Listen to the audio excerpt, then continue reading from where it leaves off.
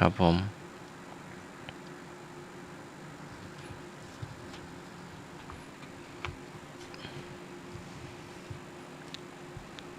ครับพระอาจารย์มีข่าวประชาสัมพันธ์เหรอครับของผมไม่มีครับอ๋อไม่มีเนาะครับผมก็วันที่23-24ก็มีอบรมภาคีลานุปถากเนาะครับก็จะได้เพิ่มเติมความรู้เนาะบางอย่างก็ลืมไปเนาะก็เป็นการทบทวนวันที่23วันที่24เนาะพฤษภาคม2565เนาะแล้วก็ถ้าจำไม่ผิดเนาะที่วัดป่าแดงมหาวิหารเนาะวันกตัญญูเนาะระลึกถึงครูบาอาจารย์ระลึกถึงพระเจ้าติโลกราชเนาะก็จะมีงานวันที่26พฤษภาคมเนาะมีหลวงพ่อพระครูโกสิทธิ์ปริยัติยาพรเนาะเจ้าคณะตำบลสุเทพเขตหนึ่งเจ้าวาดวัดป่าแดงมหาวิหารเนาะคณะศรัทธาท่านไหนว่างหรือว่าอยู่บ้านใกล้วัดก็เรียนเชิญได้เนาะ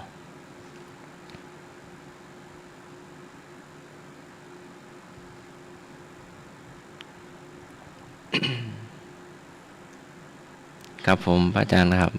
อาจารย์สมณเณรครับผม ช่วงต่อไปเลยเนาะครับผมก็ครูบาอาจารย์ท่านไหนมีข่าวประชาสัมพันธ์ญาติโยมก็มาบอกได้เนาะช่วงต่อไปก็จะเป็นช่วงเล่านิทานก่อนครับรวบคำถามพุทธประวัติเลยเนาะคำถามพุทธประวัติครับอ๋อพุทธประวัติก่อนเนาะครับผม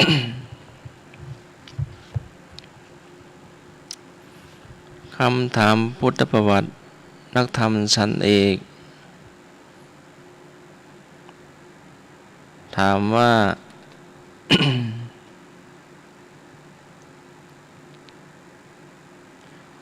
โอวาท3ข้อมีใจความว่าอย่างไรโอวาท3ข้อ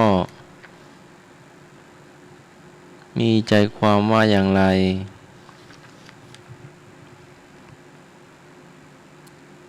ตอบมาได้เลยเนอะอันนี้อยากไม่ตอบมามีข้อได้เนอะครับผม3 2 2 6 0 5 8วันนี้อาจจะคูคักไปหน่อยเพราะว่าทางสถานีวิทยุทางวิทยุของญาติโยมอาจจะมีปัญหาเนาะอาทิตย์กี้ก่อนมาห้องส่งก็วิทยุก็เสียงดังเหมือนฝนตกครับแต่ก็ตอนนี้ก็กลับมาดังละเข้ามาห้องส่งได้สัก10ถ้าทางใดญานาติโยทีมยังได้ยินอยู่ก็ลองโทรมาเนอะโทรมาแจ้งผลการรับฟังตัวแจ้งมาแจ้งผลโทรมาแจ้งผลการรับฟังว่าชัดเจนก่อหรือว่าสถานีวิทยุเป็นปกติก่อหรือว่าจะใดก็ลองโทรมาเนอะจะได้ญาติโยมเนอะ053 2 2 6 0 5 8ถ้าว่าบ่มีไฟโทรก็แสดงว่าวิทยุของญาติโยมบดีหรือว่าวิทยุของญาติโยมตั้งเพื่อนขึ้นวิทยุของเขาอาจจะมีปัญหาการจะใดกาถ้าเนาะไฟดับก็ครับผมเออไฟไฟไฟที่บ้านโยมดับหรือว่าไฟที่นี่ดับแต่ก็สว่างสวายอยู่นะถ้าวิทยุ ดับไปหรือว่าต้องหมุนขึ้นก่อนครับ หรือว่ารอไฟมาบ่ เขา ฮู้ ก็ กัน ต้อง เนาะ ถ้ามันบ่มีรายการนะมันสื่อสารตั้งญาติโยมบ่มีไผโทรนี่แสดงว่าวิทยุเปิ้นบ่ดังครับ อืม แต่ว่ามีที่กระแสไฟมีที่อันไฟฟ้าของสถานีเฮามีปัญหาก็แจ้งมาได้เลยเนาะ053-226-058เนาะ ลองโทรเข้ามาเนอะถ้าจะได้เฮาก็คงจะต้องหยุดกันนะ เพราะมันบ่มีญาติโยมที่จะโทรเข้ามาเฮาก็บ่ฮู้จะเฮาอู้ไปเปิ้นก็บ่ฮู้ ก็ออกทางเฟซตัวนะครับอาจารย์ ฮะ ตอนนี้ก็ออกทางเฟซได้ครับ แต่วิทยุ ทางเฟซ ออกไปข้างนอกก็ดังอยู่นะออกทาง Facebook ไลฟ์สดเนาะครับ Facebook ไลฟ์สดญาติโยมก็ลองโทรเข้ามาแจ้งผลการรับฟังเนอะได้ก็วันนี้053-226-058โอวาท3ข้อนึงที่พระองค์ทรงแสดงแก่ภิกษุเนาะ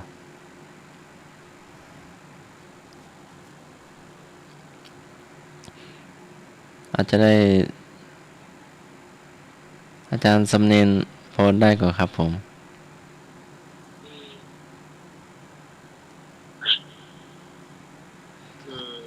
นี่กันเลยผมก็คิดมันต้องออกนะถ้าคิดด่วนนี่นะครับ ผม คิดด่วนนี่มันก็ออกอาจารย์ ฮะ ลองฟังดูว่าสถานญาติโยมจะมีฝ่ายใดมีฝ่ายที่จะตอบปัญหาก็แม่พรปลาเศร้าแม่ต้นเปาปีสองสีปลาบงสารปี แม่ปูนลุงนุยลุงนุยอย่าโทรมาก็ได้ถ้าบ่รับนะลุงนุยให้นึกเนอะ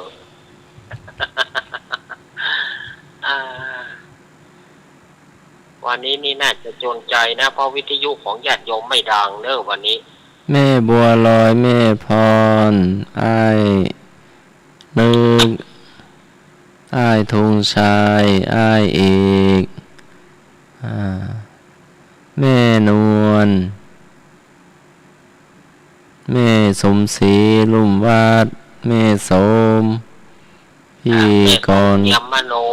โทรเข้ามาเนอะญาติโยมเนอะโทรเข้ามาได้เลยแม่อาลีแม่บุญแม่พลอยลุงหน่อยเนาะทุกท่านเลยเนอะทางชื่อหนุ่มเจเนาะ3220558พี่สาวตองพี่แม่บัวลอย ยายแดงเนอะยายแดงดอกตะล่อมโทรเข้ามาเนอะยายแดงเนอะพระอาจารย์ทวาสพระจรเนาะพระอาจารย์นิพนธ์ โยมพรศากเชียงรายเนาะ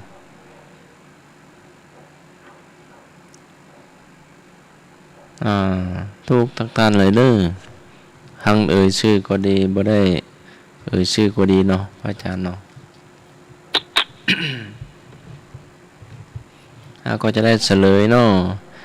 โอวาท3ข้อมีใจความว่า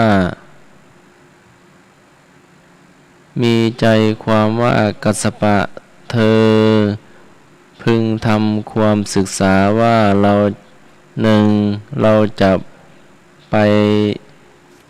ตั้งความละอายและความเกรงใจไว้ในภิกษุที่เป็นผู้เฒ่าทั้งที่เป็นผู้ใหม่ทั้งที่เป็นผู้ปานกลางไว้อย่างแรงกล้า 2. เราจะเงี่ยหูฟั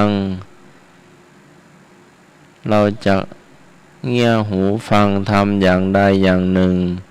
ซึ่งประกอบด้วยกุศลเราจะตั้งใจฟังธรรมนั้นพิจารณาเนื้อความ 3. เราจะไม่ละสติไปในกาย คือพิจารณาร่างกายเป็นอารมณ์คงยากอยู่เนาะ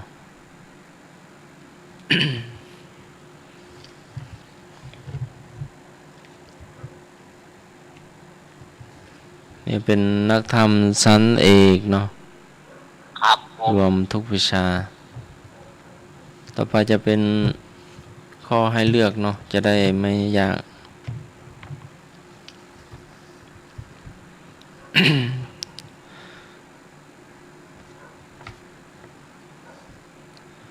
ถามว่ากุลบุตรใดยอมอดอาหาร ตาย ถ้าไม่ได้บวชในพระพุทธศาสนา ก็พระนันทะ ขอพระอนุรุทธะ ขอพระอานนท์งอพระรัฐบาล กุลบุตรใดยอมอดอาหารตาย ถ้าไม่ได้บวชในพระพุทธศาสนา ก็พระนันทะ ขอพระอนุรุทธะ ขอพระอานนท์งอพระรัฐบาล ครับผมเอาข้ององูเลย ครับผมติดแล้วเนอะ อ้าวฝ่ายจะตอบมาสถานญาติโยมลองตอบมาเนอะวันนี้เงียบกริบเลยนะ วันนี้นะ ฝนตกเย็นก็หรือหลับไปเนาะ หรือว่า เนาะ สาเหตุจะได้เนาะ บอกแจ้งมาได้เนอะ วันนี้เงียบหมดในวันนี้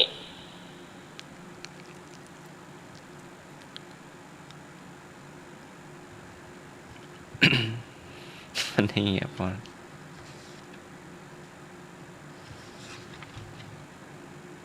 มีขอญาติโยม0532260058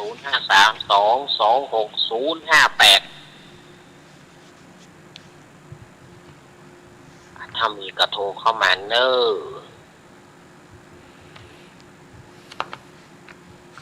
ฝนตกหนักเนาะ หลายที่เนาะ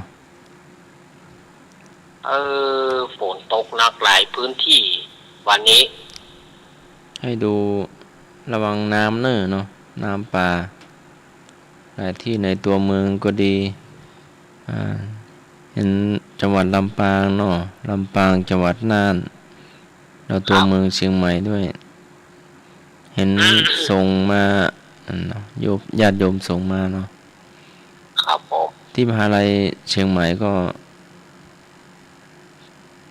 น้ำค่อมลงจากดอยผาลาดดอยอ่างแก้วมาเนาะ โอ้ ก็มาแถววัดอุโมงค์ตัวเนาะ แต่หลายที่แถวบ้านลุงหนุยบ้านแม่บุญเนาะ ก็ให้ยกข้าวยกครัวเก็บของไว้เนาะจะเพราะฝนตกต่อเนื่อง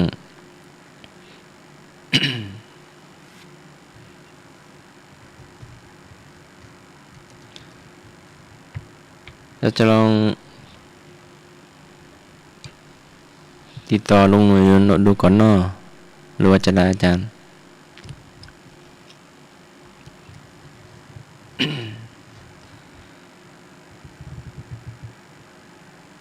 ยะสากุลบุตรยอมอดอาหารตาย ถ้าไม่ได้บวชในพระพุทธศาสนา ก็พระนันทะ ขอพระอนุรุทธะ ขอพระอานนท์งอพระรัฐบาล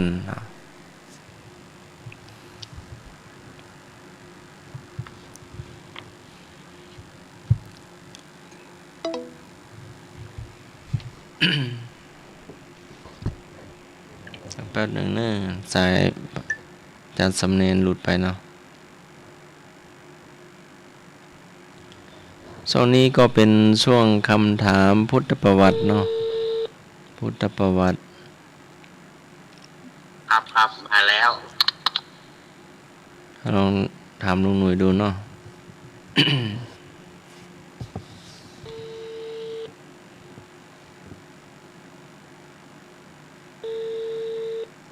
ก็ให้ดูแลอ่าสุขภาพดีๆเนอะเนาะเพราะฝนฟ้าก็ตกต่อเนื่องเนาะ3 วัน 4 วันละอ้าวครับผม ลุงหนุ่ยมาแล้ว เป็นไงบ้างลุง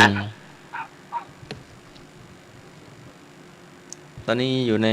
ห้องส่งแล้วเด้อ ไฟดับอ่ะ ไฟดับกะ ครับ วิทอันนี้ ยุ มีเสียงเหรออาจารย์ วิทยุดังก่อลุง ฮะ วิทยุดังก่อ อย่างครับ วิทยุดังก่อลุง ประธานครับ บดังจ้ะ ครับ น่าจะ อ๋อ มันบ่มีปล่อยโทรเข้ามาเลย มันมีเสียงมันไฟดับไปอ่ะ ก็เพราะว่าอาจารย์สมัครก็โทรเข้ามาตะกี้ ไฟดับครับมันมีเสียงเหรอ มันไม่บุญดับก่อ ถ้าไม่บุญ เจ้า มันมีครับมันมีอันนี้มันมีวิวละมันมีเสียงกัน บ้านเราไหมบ้านเราไหมดับ ไม่ ก่อ ได้ไม่มีบ่มี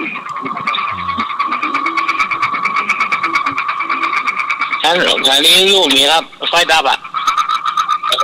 ห้องส่งติดอยู่ ไฟ นะ ดับมันตอนบ่ายเนาะผมถามตุ้นุ่มอ่ะผมโทรไลน์ไปหาตุ้นุ่มดูว่ามันดับตอนเมื่อวันเลยอ่ะ แต่ห้องส่งติดแล้วนะ ฮะ ห้องส่งก็ติดแล้วนะ บอกแล้วครับหานอกเหรอเชื่อสมัยรับแล้วล่ะ ฟืนไฟห้องส่งก็ติดเป่งลึงนะเบิบดับนะ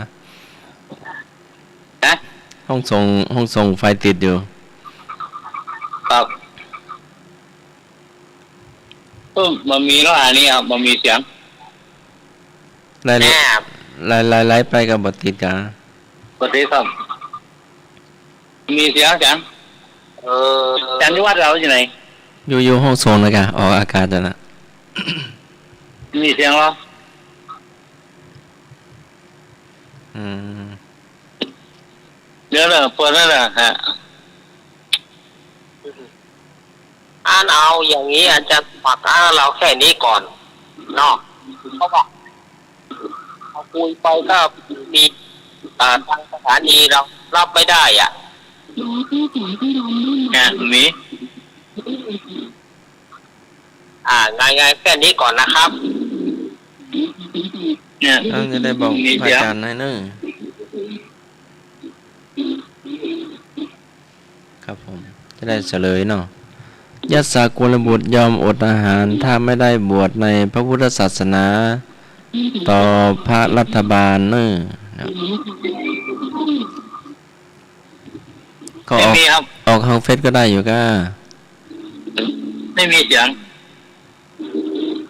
เขาออกเฟซ24 ชั่วโมงเนาะ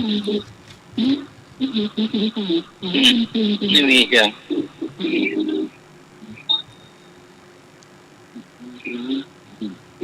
มีไม่มีเสียง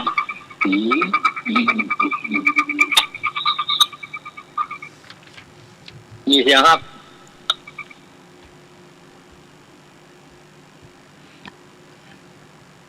อืม มีเสียงอันนี้อ่ะกัน แล้วจะลองไปถามพระอาจารย์ดูก่อนเนาะว่าไปก่อนเนาะ นี่สมัยบอกว่าจะทำแล้วหรอวันนี้โง่ดีอ่ะที่สมัยว่าโง่ดีอ่ะเนี่ย แต่น้าไหมโทรมาบอกว่าเอ็นดูท่านผู้ฟัง ก็เลยให้มาช่วยกันจัดแล้วกัน นะมันมีเสียงอ่ะอันนี้อ่ะบอกเหรอ ครับผมมีเสียงจะเปิดเสียงยังอยู่ทางนี้อ่ะ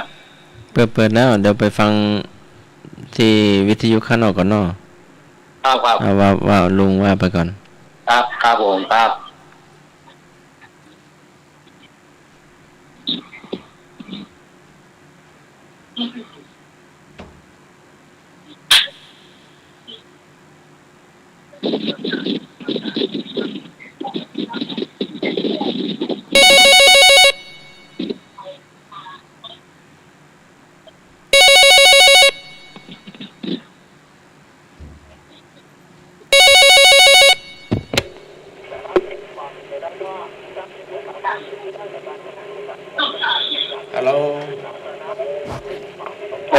สภาพอ่ะ เจ้า จัดทาง Facebook YouTube ไปก่อนตอนนี้น้ำมันเข้าสายอากาศอ่ะปิดเครื่องไว้ก่อน อ๋อจะ ถ้า ทาง ค่อยๆจัดไปให้สายอากาศมันแห้ง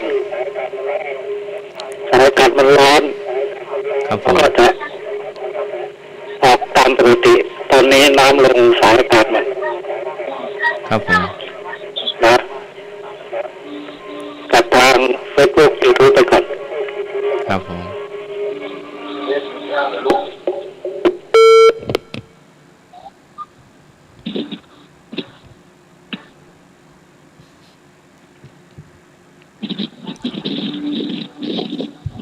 ครับอาจารย์ให้จัดทาง Facebook ทางนี่ไปก่อนเนาะ จานจัดหรอ เจ้าจัดเจ้า ครับ แต่ดูลูกหน่วยอยู่ตัวกันก่อนหรือว่าจะได้ มันเราขอมีเราเฟซบุ๊กอ่ะอยู่ได้ผมเข้าใจ ก็ เอาปกติออกทาง Facebook แต่วิทยุบอกมันวิทยุยังน้ำลงสายแบบพระอาจารย์บอกตะกี้ อ๋อโอนให้ลงแล้วล่ะอ๋อจานจัดไปเฟซบุ๊ก จะทาง Facebook นะกะ อ๋อ เจ้า ครับเรื่องที่ว่าจานได้เลยอ่ะ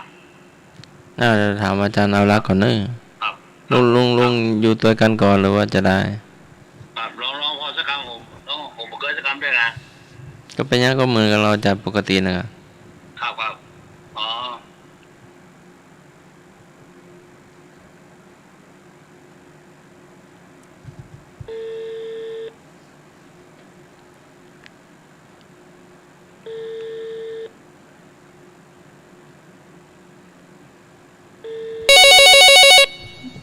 ครับ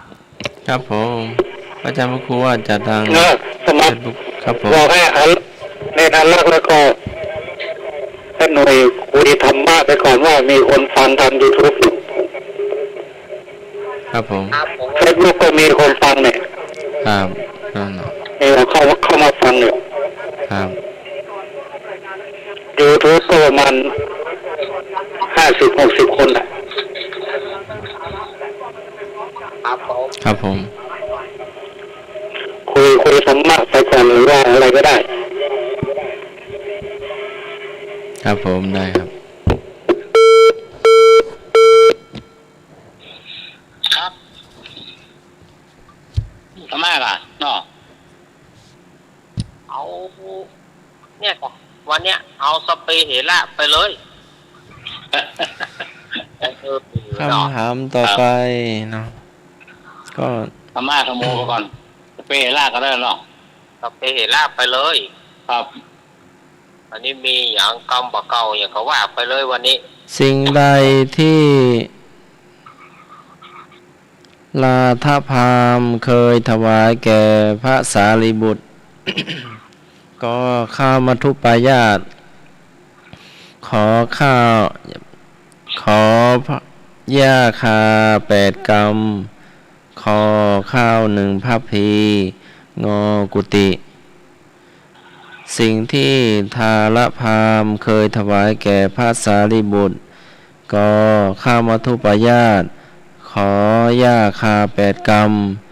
ขอข้าว1 พัพพีงอกุติเอาท่าน ผมก็ขอควายครับ ได้เลยเนาะ ฟังจาก YouTube กับ Facebook เนาะก็โทรเข้ามาได้ ครับ สวัสดีทุกท่านนะครับ ลุงหน่อยครับสวัสดีทุกท่านนะครับนี่รายการของเราก็มาเรื่องธรรมะธรรมโมแล้วเราทายที่อาจารย์สมัครควรได้ว่าไป4-5 ข้อซอยนะครับ ครับผม ผมก็ไอ้ตัวอาจารย์เขาลักเนาะพอไป ครับผม ข้าว1 พัพพีเนาะลุงหน่อยตัวอาจารย์เอาลาก คนประกอบห้องปากกันเนาะ อ่ะเข้าหนึ่งปาก เอาไอ้อย่างเป็นปากคุยเนี่ยกำเนี่ยเนาะมหาไกลเนาะ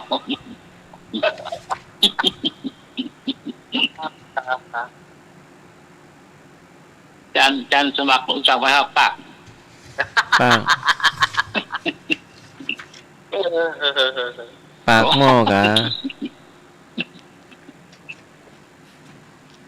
หนึ่งทับปีเนาะ เจ้า ถูกรู้นะ หัว งัวนะ กระเดียว อ๋อ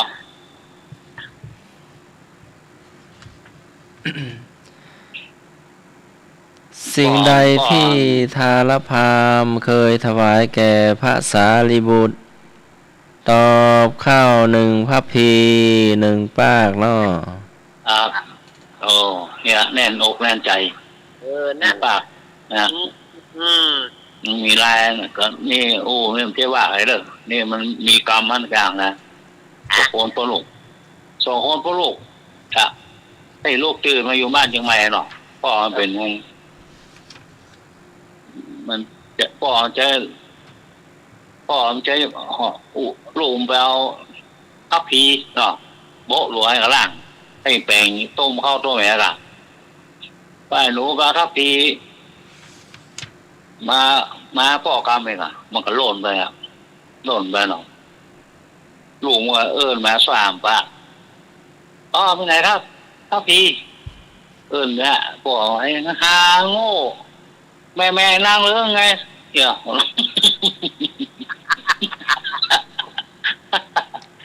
โอ้เนื้อสา มันว่าสาปี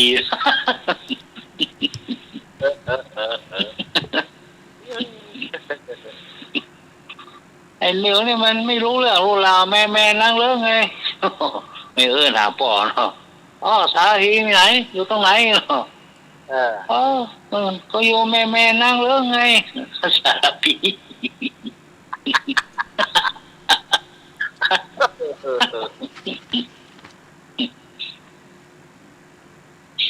ยุ่งประเทศไทยแล้ว ตายเลย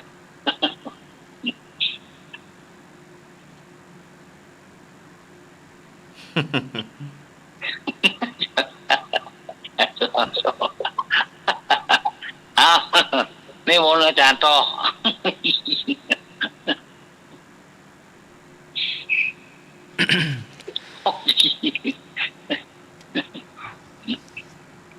น้ำท่วมทำไมบอกเลยนะครับ ป้าหงบ้านคนหนึ่ง เอาน้ำท่วมน้ำนองปีนี้ปีหนึ่งเนาะ ก็ปีนี้นะก็ต้นไม้ใหญ่อายุหลายร้อยปีเนี่ยที่บ้านเนี่ย โอ้ ทุ่มลง ครับ โอ้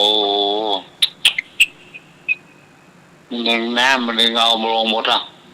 นิยมได้ละ ต้นไม้ขัดเจ้าก็อยู่มาหลายชั่วอายุคนแล้วเนี่ย ครับครับ ช่วง10 โมงเนี่ย อ่า ช่วง10 โมงนี่เขาโทรมาบอกว่าต้นไม้โค่นลงเนอะต้นไม้ขัดเจ้า ครับ ปัดโอ้ อายุกี่ปีแล้วครับ คนปลอดภัยเนาะปลอดภัยทุกคนเนาะอาจารย์ ครับปลอดภัยแต่มันล้มลงขวางถนนแค่นั้นเอง อ๋อบ้านจอมมันเป็นยังไง ว่าเป็นหยังมันล้ม อ๋อ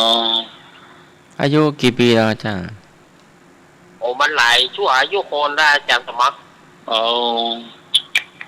มันต้นกี่วาครับ โอ้อาจารย์สมัคร ก็เคยผ่านมาไอ้ต้นไม้ใหญ่ๆน่ะที่ตอนที่มารับผมอ่ะ อยู่ซ้ายมือหรือขวามือครับ ถ้าเราลุกจากไอ้ตลาดนัดมามันจะอยู่ขวามือมันอยู่ขวามือนะล้ม ถ้าไป เอง ไปจากเชียงใหม่จะอยู่ขวามือ ครับ อ๋อ ด้านขวาน่ะ ต้นไม้ใหญ่มีต้นเดียวน่ะ มีสัญลักษณ์ของหมู่บ้านน่ะ มีต้นเดียวน่ะ ครับ ล้มลง ครับผม ờ น่าจะต้นมันผุกะหรือว่ามันหนัก ไม่รู้มันมีอย่างนั้นนะถามผู้เฒ่าผู้แก่ก็บอกว่า มันตั้งต้นอย่างนั้นมาตั้งไหนตั้งไรแล้ว ồ มีตุ๊กแกอยู่ก้า มีมันก็มีนั่นแห ตุ๊ ละ กแกกิ้งกาไอ้บุตรเทวดาไม้เก่าแก่น่าจะมีเนาะ ครับมีอ่ะมีเทวดาเนาะอยู่เนาะ เพราะว่าเป็นเขาเรียกว่าเป็นหอเสื้อบ้านมี โอ้แต่ที่โมวาระบ่ล่ะเนาะแต่เนาะ หมดวาระของคนน่ะ ครับหมดละ เขา ท่านอยู่เนาะ ก็จันนะแต่ปกติเนี่ย ถ้าตามปกติเนี่ยไม้ถ้าล้มลงมันจะต้องไปโดนบ้าน แต่นี่บ่โดนน่ะ โอ้ เข้าขวางถนนเลยรถไฟบ่ได้เลย โอ้อ๋อตัวหาที่ลงจะดีล่ะ ครับ เออ ก็ต้องหา หมู่ตัดไม้ก็ต้องตัดไม้ที่กีดขวางว่าละวันเลยวันนี้ ครับก็กระทาละไม้โขงอะไรของเนาะ เอาเขาบอกว่าเอามาไว้เขาวาดเสียครับ เอามาไว้เขาวาดเสียแล้วแต่ว่าจะแปลงสร้างอย่าง หมัวหมัวหมัวหัวนี่ก็จะแน่เนาะแค่ไปหูพระบ่ายเนาะโอเค มันกวางลุงลุยมัน อ๋อ มันกวางใน กว้า อ๋ ง อ ไหม ตุนในถ้ามันมีแล้วว่าเนาะไส้ในให้ มันกวางใน โอ้แมงมีในห้าเนาะ ครับถ้ามันบักกวางในก็โอ้ มันบางแล้วนอกแล้วเนาะตั้งในมันมีละ ทางในมันถ้ามันบ่มีละ โอ้ ถ้ามันเป็นไม้ตานมันก็ถ้ามันล้มปั๊มมันก็ดังขนาดกะ ครับ ครับ ที่สมัยรับแล้วก่ะที่สมัยชื่อดอน นี่หมายว่า ไม่ค่อยสบายป่ะเจ็บ อ๋อ ปาก ให้กินแมงมันนักอะแมงมันให้ปี้ลิ้น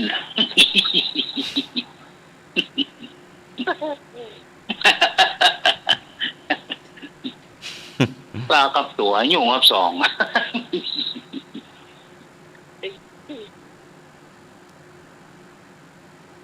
ะปิกไปธรรมะอีกเรา สิ่งใดที่ทารพราหมณ์เคยถวายแก่พระสารีบุตร ตอบถวายข้าวหนึ่งป้าก หนึ่งปากอีกอ่ะคนฟังเขาจะเนาะ อ่ะ เดือนละปี1 ทับปีเนาะ อ่ะ โอ้ เอาค่ะ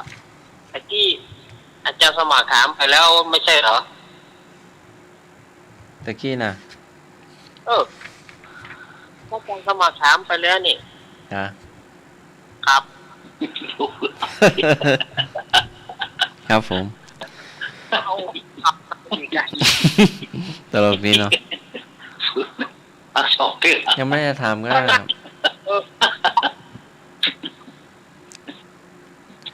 ชมพูทวีปแบ่งการปกครองออกเป็นกี่ส่วนเมื่อกี้ก็พระอาจารย์พระครูสมุวิศวัตแจ้งมาเนาะ ครับ น้ำลงมันสายอากาศก็ ครับ ก็ออกไปเรื่อยๆเนาะอัน ครับ พระอาจารย์พระครูพอว่างั้นนะออกทางเฟซเนาะทางเฟซตัวทาง YouTube ตัว ครับ มีผู้รับชมผมก็ 50-60 อ่าน คน ภาพเนาะอ่านภาพอ่านเสียงเนาะ ก็หันครับ เสียง ญาติโยมพอที่ดูทางเฟซทางYouTube ก็สามารถที่จะโทรเข้ามาได้เนอะ053-226-058โทรมาเป็นกำลังใจคนวันนี้ ครับโทรมาช่วยไข้หัวนั่นแหละครับมาสอนตีนนะ ด้วยกับไข้หัวเนอะ ปะต้อ น้ำก็ไม่ก็มาเลยว่าท่อโอ้หมดแล้วนี่นะ เนี่ยวันนี้เรือเฮา3 ท่านนะ 3 ท่านนะ หรือเรา3 คนที่ผู้มาจ้ะ ใครอย่างมามาเล่ากำบักเก่ากำเนี่ยมันแห้งมันตากแดดมึนแล้วมันเยียลืมไปว่าไปมาเปลี่ยนห้องนะครับเนาะแต่ลูกโอ้แต่ได้ว่าแต่หาอยู่มุ้ยละลืมไปก่อนเราเคยเล่นนะเคยเล่นนี่เคยอันนี้มามาแจงห้องเนี่ยเนาะเอามามาจากกันก็ได้เนอะสถานจะชมแบ่งปันหรอฟื้นความหลังทางวิทยุมาได้ยินครับแต่ว่าทางเฟซทาง YouTube ทุกได้เนาะครับนี่พิเศษนี่วิทยุมันเหมยก็โทรเข้ามาได้ครับ053-226-058โทรเข้ามา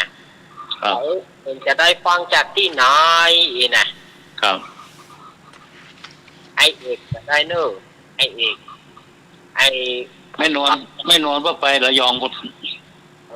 กะครับเพื่อไปเอาระยองไปทะเลล่ะ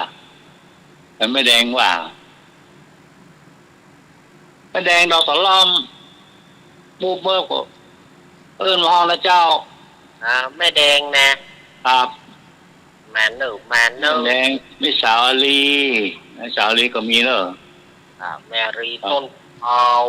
ครับกับป้าสุรีก็มีบ่อสร้างปกรณ์เนอร์เดี๋ยวไปเอาน้ำปานากันเนาะครับสีแม่เป็นสีลุ่มวอดโทรเข้ามากันเนอไอ้นึก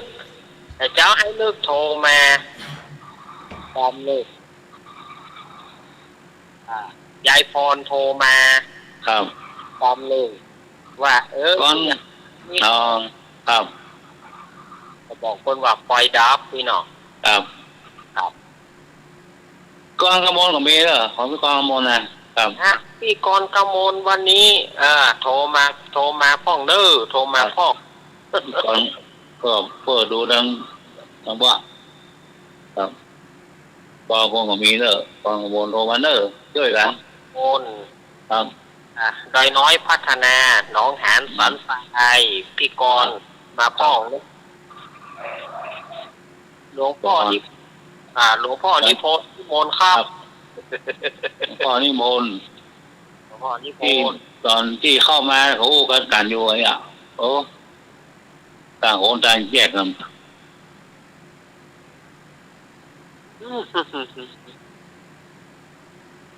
อย่างนี้คนเราสเก็ตปีนี้สบายหรอน้ำตกเยอะแต่น้ำมาท่วมครับประจำรอบนอกดูวันตาเกิ่งบ้านเกิ่งแง้วจอมตองเกี่ยมรัวพี่ชิปจอมตองโอ้เปียงอกนะกันโอ้บ้าน2 จ้านี่เพื่อนตั้งลูกนี่เปียงอกเลยหัวท่อน้ำแดงปลื้ง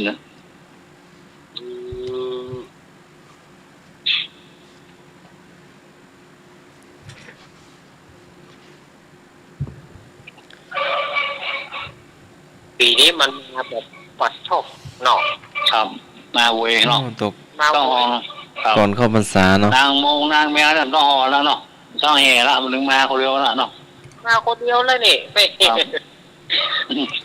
หน้าหอแมวจะว่าเหงาเพราะเมื่อยนางเมียเอาน้ำหดเมียเคยได้เข่งหามแล้วแบกกันไปเมาเราฟอนไปน้ำหดแมวแต่ดุ้งยะ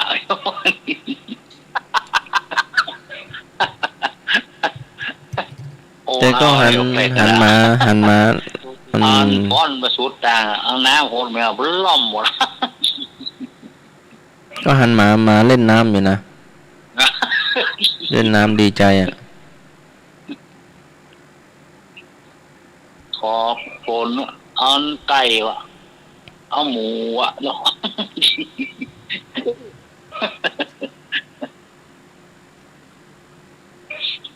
เออเอ้ยบะกระเป็ด น่าจะว่า อ๋อจ้างนี่ยายจะเป็นกันเนาะ เพิ่งมาแล้วอยากอะมาแต่ฟูกอะเนาะ ก็มาสู้คาถาทำได้แล้วคาถาวัดนโมทวานะก็คาถาปาริมนะดึงมาโอ้โหอะคาถาคอฝนนะก็เอาแต่มาแต่เลยว่าก็มาปีนไอ้ปีซื้อเนี่ยอ่ะปีแล้วปีซื้อปีแล้วอ่ะก็โวนมาโต๊ะซักเตือ เออ ข้าหลวงพ่อนโมสวาก็ถาห้องฝน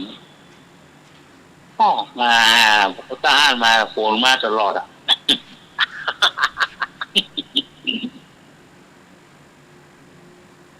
ก็เก่งเลยนะฝนมาลุกลูกอ่ะ เพิ่นบอกแล้วว่าเป็นคาถาของโกน ครับ เออ ห้องฝนนะโอ้รับมาหาใหญ่เรื่องโต๊ะอันดีกันอะไรล่ะต้องผมไม่จำรอบเดียวอ่ะ อือฮึ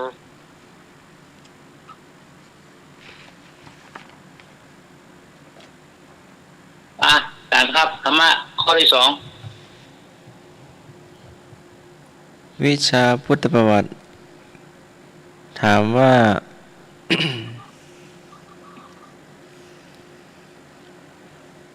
ถามว่า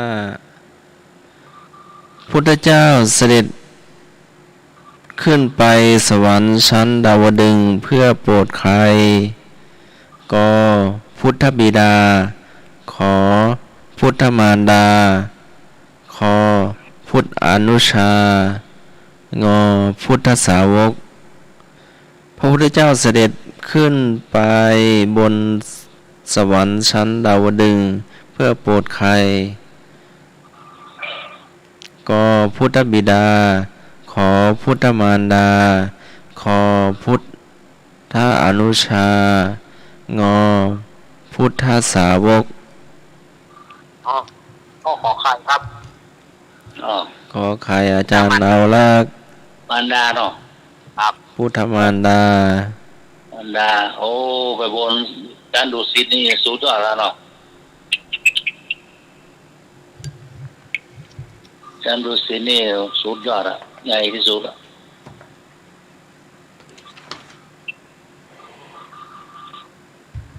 พ่อแม่ฟันเนาะคน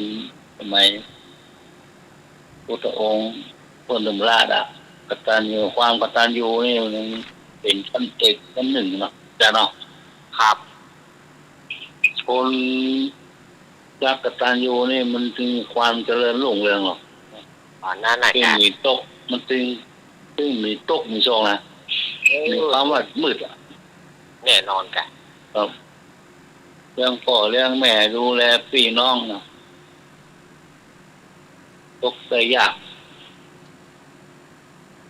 มันเป็นคุณธรรมหนึ่งโอนเนี่ยมันได้เนาะสมัยโมเดลนี่เป็นอย่างนี้เบาละ เออ มันสมัยนี้มันก็ไปอีกอย่างหนึ่งนะ เนาะ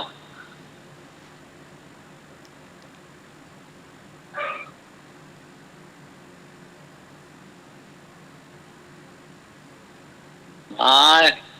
เอาอันน่ะเอาดิเอาหมูละนะ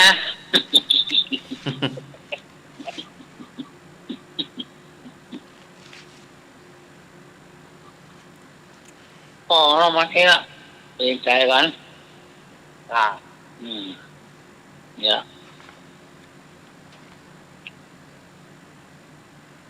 แม่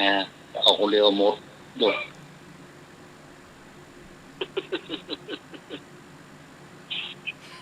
ที่ออกโคราชเขาแล้วเนาะจำได้ดูอ่ะโคราชอ่ะ ที่ไหน ก็โคราชที่ทางอีสานบ่ อ่า ก็แม่เพิ่นมอบ ที่ดินที่บ้านยกมาลูกหมดอ่ะอย่าโอ้บอกเรียบร้อยลูกมาไล่พ่อเอาบ้านหมดว่ะ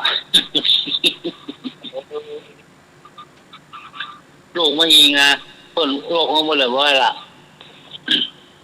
ลูกของผมไล่พ่อออกบ้านหมดอ่ะอย่าโอ้ปาทนายความมาไล่พ่อออกบ้าน ไล่พ่อไล่แม่ออกบ้านหมดแล้วพี่อันมืออยู่ถ้าอยู่เจ้ามาวะว่า ถ้าพ่อมันอยู่เสียก็เจ้ามืออยู่บ่ได้อันทนายความเพิ่นมาช่วยช่วยอย่างมันถึงบอกฟังเสียงเอ็กซ์เพิ่นดีๆอ่ะเอาที่ดินที่อย่างมาล้างวัดหมดก็เอาออกไปเดี๋ยวเขาดีแล้วยายมูนะออกตัวท่านบอกเรียนแล้วเนี่ย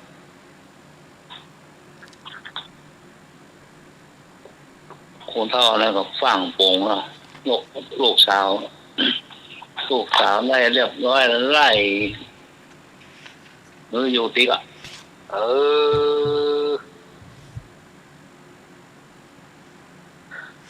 พ่อแม่เขาว่าโป่งเพื่อลูกแล้วก็หวังว่าลูกจะเลี้ยงเนาะ ครับบ่แม่นแก่เข้าหรอ70ปลายแล้ว คิดว่าลูกคงจะเลี้ยงเนาะ ครับเนี่ย แต่ลูกก็เลี้ยงไล่ไปอ่ะ ไล่เพิ่นชาวบ้านชาวจองเพิ่นมาแล้วเพิ่นฟังเพิ่นด่าเพิ่นตึบตีนเพิ่นได้เมียกฎหมายอย่างบ่ได้เสียงอ่ะยกไปแล้วโอ้เดี๋ยวอีกก็มีกะ มีครับตัวข่าวอ่ะข่าวมีอ่ะ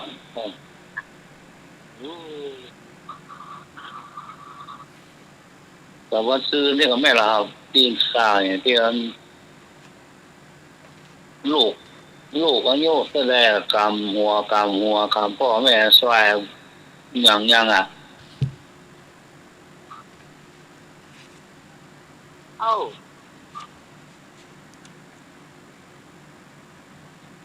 นี่เป็นเปล่า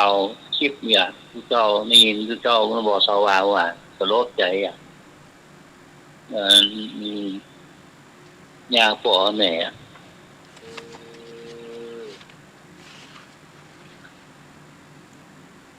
นี่เมาทั้งยากันเนาะหมูเนาะกินเยอะกินเมาด่ะพอไว้กระทะของยานั่นน่ะครับเนาะ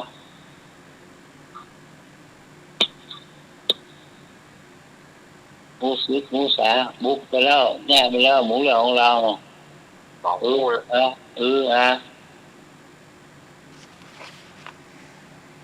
ว่างก็เดินอยู่โอ้กลัวเนาะน่ากลัวแน่ครับคนโดยคนมามันรู้ในแง่อย่างมันถึงมากลัวเนาะ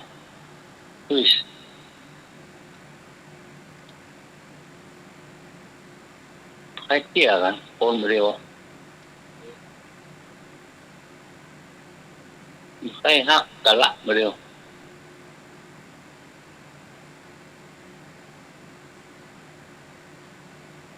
มันมีครอบครัวมันเรื่องมรดกก็พอแล้วมันเรื่องเอากันนะเนาะมันมีแต่ก็ดีอย่างว่านะจ้ะใช่นะคนมันมีนี่อยู่ด้วยกันหมดเลยก็ตุกนะต่างคนต่างมีนะมันอยู่ด้วยกันหมดเนี่ยต้องโลภขึ้นมานะจ๊ะเขาเมื่อความโลภขึ้นมาแล้วเนี่ยพอมีแล้วพอได้อย่างแล้วก็เกิดโลภเกิดตัณหาขึ้นมาครับ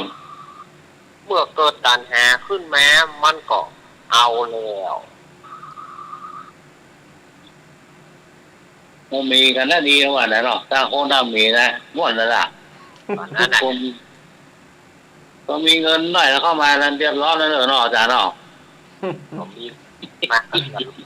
มีเงินเข้ามาก็เดือดร้อนละอยู่ด้วยกันเอากินตุ๊กกินยากด้วยกันนะทุ่งหวยต้อเอาล่ะ ถูกหวยก็ยังกล้าเข้ามาลุงลังลังคิด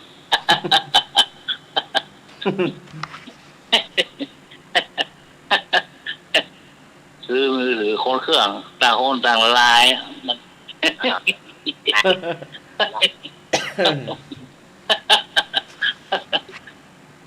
เงินก็คงอยู่อ่ะเงินมัน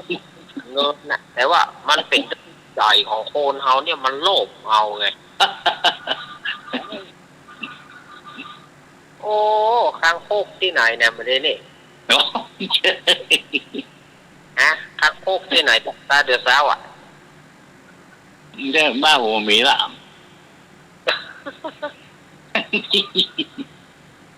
โอ้มีหน่อยมีผมคิดตัว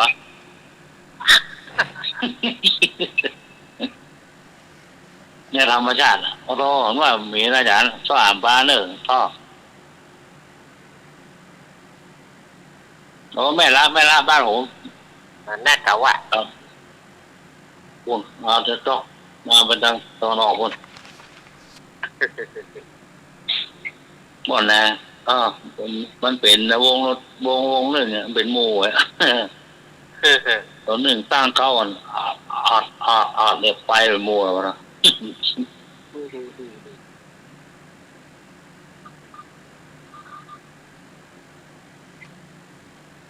ป้อยอย่างถูกต้อง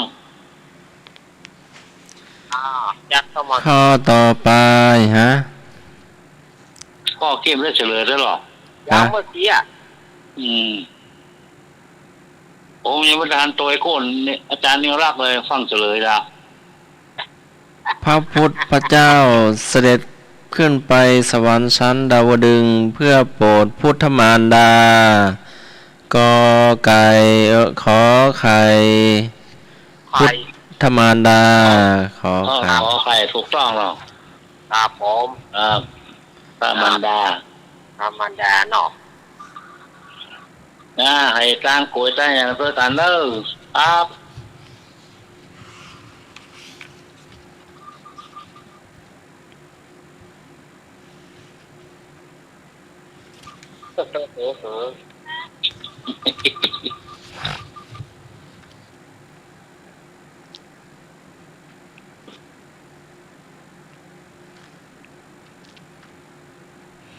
ขออย่าให้ภิกษุบวชกุลบุตรที่มารดาบิดาไม่อนุญาต ขออย่าให้ภิกษุบวชกุลบุตรที่มารดาบิดายังไม่ได้อนุญาตเป็นคำขอของใคร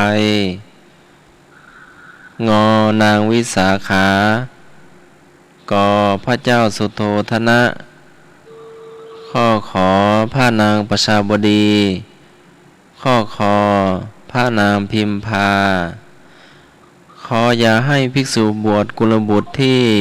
มารดาบิดาไม่อนุญาตเป็นคำขอของใคร กพระเจ้าสุโธทนะ ขอพระนางประชาบดี ขอพระนางพิมพา ข้องอนางวิสาขานี้ผมเอาข้อกอไก่เนอะข้อกอไก่เนอะพระเจ้าสุโธทนะ ขอไข่โกงหรอครับ กอไก่โกโก้มาไปจะตัว ตัวมาเลยครับ ตัวกันมาเลยมาไปจะตัวกันนะ เพื่อนจะบวชเหมือนบวชไทย อันนี้ที่ขอที่ว่าพ่อแม่ลูกที่พ่อแม่อนุญาตเนี่ยกัน ครับ ต้องจะมีกรรมอยู่ต้องจะมีคำถามอยู่ระหว่างกลาง ถ้าคนตู้ก็ถามว่าพ่อแม่อนุญาตหรือยังเนี่ย ครับ ก็จะมีคำถามอยู่เครื่องกลาง อันนี้ตู้เจ้าเฮาที่เพิ่นจะไปจะบวชเนี่ยเพิ่นจะหูแล้วว่าจากเนี่ยเพิ่นจะมีคำถามว่าพ่อแม่อนุญาตหรือยัง ครับ นี่อันนี้คำแปลเป็นไทยนะนี่คำแปลเป็นไทยนะแต่ว่าคำมีของเปิดนะก็มีเหมือนกันก็จะมีคำถามนั้น ครับ เป็นมนุษย์ก็เนี่ย ครับ เป็นมนุษย์ก็เป็นคน ครับ ไอ้ก็เนี่ยเป็นขี้ตูดกุดทางก็ไอ้ยัง ฮัลโหล ฮะ ครับที่สมัยจัดรายการต้องทุกต้องมุกกับอาจารย์สมัครกับอาจารย์รักเนี่ยทำยัง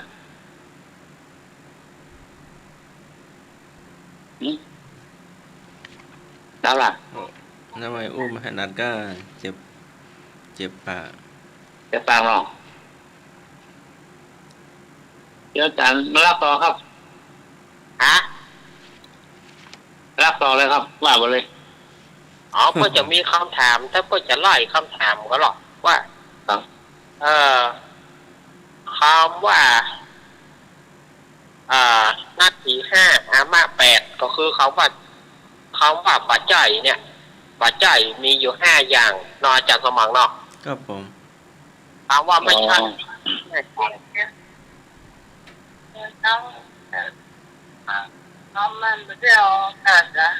ออกดังทุกมุกดังอะไรกันทั้งภาพทั้งเสียงว่า เอาวิทยุมีปัญหาพี่ จะฟัง วิทยุน้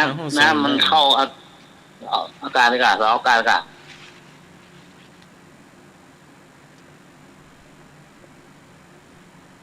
มันจะตอบว่าไม่ใช่เนี่ยมีอยู่5แล้วก็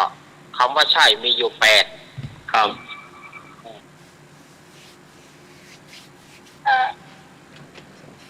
ก็เป็นเลยพอไม้ยาวไปเหมือนกันสบาย อ๋อนึกว่าน้องหลับเลยมารับไปละไม่ท่านสมาข้าบอกมาเลยโอ้โห แต่สมาภาพกำมองครับพระเอกขี่ม้าขาวมานางเอกขี่ม้าขาวมาช่วยละ ครับ ขี่ม้าขาวมาช่วยละ สมาภาพวันไหวค อันน้ำไม่ไหวกะ ำครับได้ โยก ชั่วโมงได้อยู่ครับ เดี๋ยวได้5 ทุ่ม ครับเก็บรอบอย่ามันเหนือครับเรียกว่าเว้ยเวลาเนาะแต่เนาะ น่ะ ครับ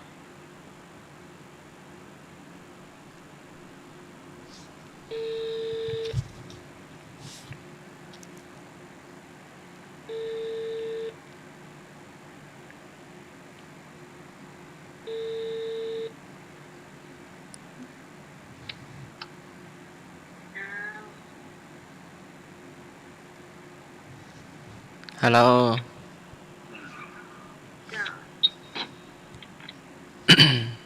โยมพี่สมัยมาแล้วเนอะทักทายให้ท่านผู้ฟังก่อนเนาะไว้ก่อน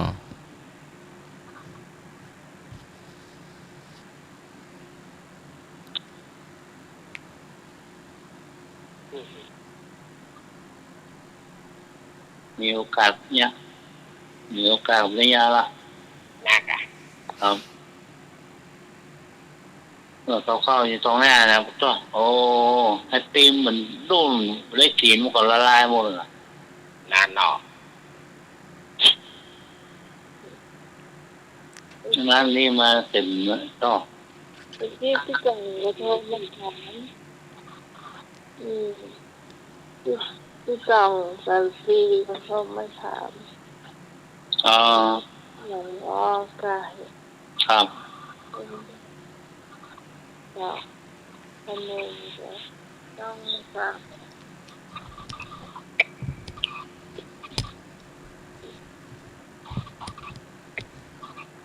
อาม่าไม่สนนี่อาม่าหรอ พุทธประวัติเด้อวันนี้พุทธประวัติ ครับ ได้2 ข้อละ ต่อข้ออยู่ไง 2 ข้อไม่หรอไม่นอนอาจารย์หรอ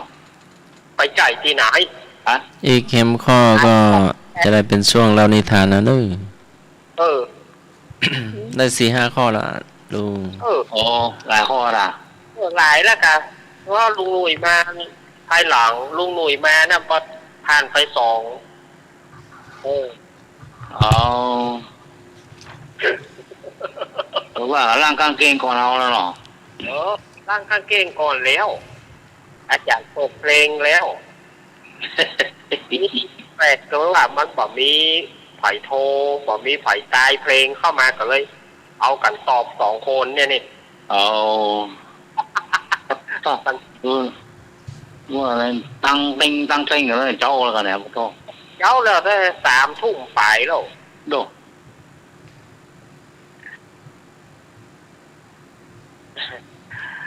มากับประเทศแจ้งให้โหย ก็เนี่ยบ่ใช่อาจารย์สม เลยงดไปเลย อาจารย์ปีปัสสบายนี่เนาะ เออ อาจารย์สมองว่าปีปัสสบายนี่แล้วก็โอ้ก่อนเนาะ สบาย นั่น เจอ เขา ที่เสร็จก็งดแหละ เป็นไรพระอาจารย์ให้ออกทางเฟซได้ออกเฟซได้อยู่เด้อแต่วิทยุน้ำฝนลงเสาลงสาย ครับ แล้วถ้าใครจะ ฮะ ไลน์กับพี่กรณ์กมลคงจะฟังอยู่ ครับฟังมนต์มาแล้วครับ เอาเขาว่ากันไป มี เจ้า วันนี้เขา ไลน์สมัครดูบ่ได้เด้อเพราะว่าโทรศัพท์อยู่ในสายก็เลยสู้ไลน์สู้แรงโทรศัพท์บ่ไหวเนาะ ครับ วันนี้เขาก็ว่ากันไปเอาเป็นรายการพิเศษไปวันนี้ ครับ คู่กันระหว่าง3-4เขา พระพุทธเจ้าเสด็จขึ้นไปสวรรค์ชั้นดาวดึงส์เพื่อโปรดพุทธมารดา เป็นข้อที่ถูก อาจารย์สมติอันนี้ข้อนี้ตอบไปแล้วรู้นี่ ฮะ แหมก็ข้อนี้ตอบไปแล้วนี่ ก็ถามว่าจะได้พ่อ แต่ละเติมอะไรครับ ก็อาจารย์สมัครตอบไปอาจารย์สมัครถามอีกข้อหนึ่งถามที่ว่าคำขอที่ว่าอะไรเมื่อกี้คำขอของ มือบวชอะมือบวชอะ คำขอที่ไม่ให้บวชตอนที่พ่อแม่ไม่อนุญาตเนี่ยยังไม่ได้เฉลยข้อนี้ อ๋อใช่ขออย่าให้ภิกษุบวชกุลบุตรที่มารดาบิดาไม่อนุญาตเป็นคำขอของพระเจ้าสุโธทนะ กอไก่ นี่ ข้อกอไก่ของงก็จะหรอ ไข่โกงก เจ้าต่อไปเป็นคำถามสุดท้าย วิชาพุทธประวัติ นักธรรมชั้นเอก พระมหาบุรุษทอดพระเนตรเห็นคนแก่คนเจ็บคนตายแล้วทรงบรรเทาความเมาอะไรได้ ตอบเองได้เด้อตอบด้วยตัวเองเด้อเนาะได้ฟังคำได้ ฟังครูบาอาจารย์ก็ดีได้ฟังเทศน์ก็ดีเนาะ พระมหาบุรุษทอดพระเนตรเห็นคนแก่คนเจ็บคนตาย แล้วทรงบรรเทาความเมาอะไรได้บ้างตอบมาได้เลยเพราะปกติเล่มนี้ไม่มีข้อให้เลือกเนาะ มีข้อเลือกเนาะ เอาตอบได้ ว่าไปเลยเนาะ บรรเทาก็ไม่ใช่เมาอ่ะ ผมเอาข้อ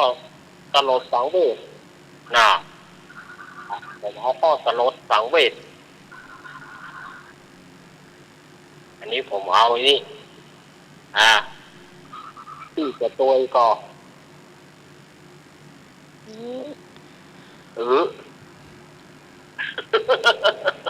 พระมหาบุรุษทอดพระเนตรเห็นคนแก่คนเจ็บคนตาย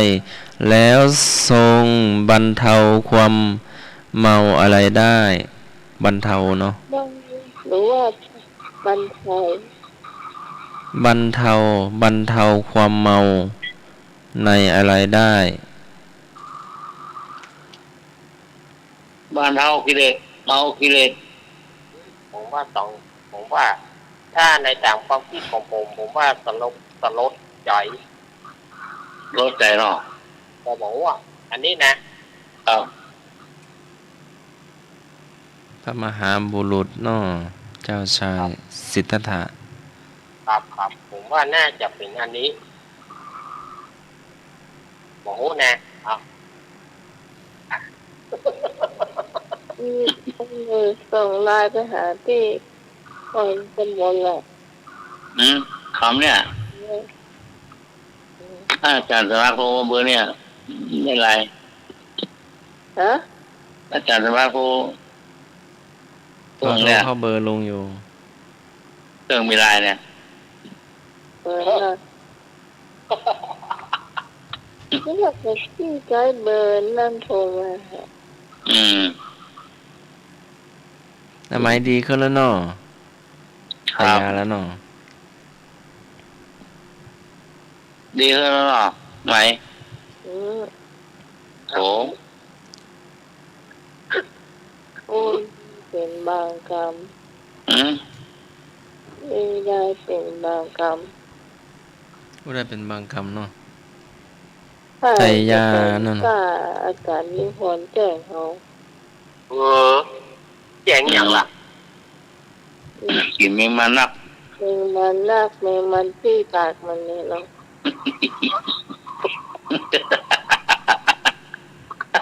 เอาโอ้โห เพราะนั้นแม่งแล้วพวกกินเหล้ามาหน่วยวะแม่งเหรอ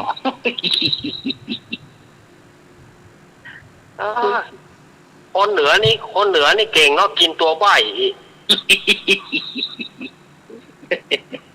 หมดเก่งเนาะกินตัวใบก็ได้มันว่าเอียวแมงมันมันเหมือนตัวใบ มันนั่งเฝ้าตาเอาโลมันแมงมาวักใส่ปากกันวะ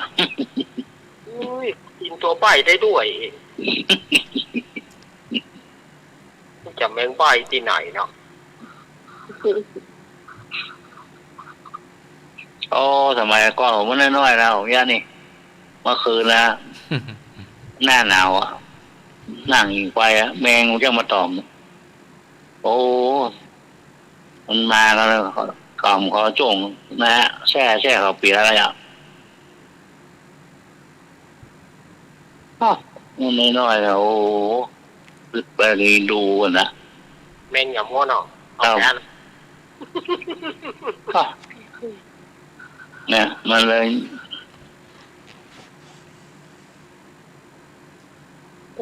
แต่เดี๋ยวนี่เฮ็ดนักที่พบปีนี้นี่ดิฉันอยากเฮ็ดไปหาน โอ้กินเห็ดไก่ห่าน กะ วันก่อนละ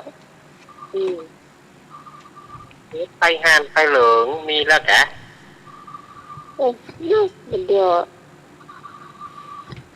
เพราะมันก็นักกันนอกโขนมาเนาะ กำโอ้เคยอาหารจะกำเจอเราอ่ะ วันใดกินฉันทุกคนละกิน180 โอ้ วันนี้ก็พายก็ไม่ถูกต้องตื่นแล้วก็หา หลายวันแล้วหรอครับ เนาะวันนี้แม่กระจอย ครับ มันต้องกิน2 ขาบเหรอ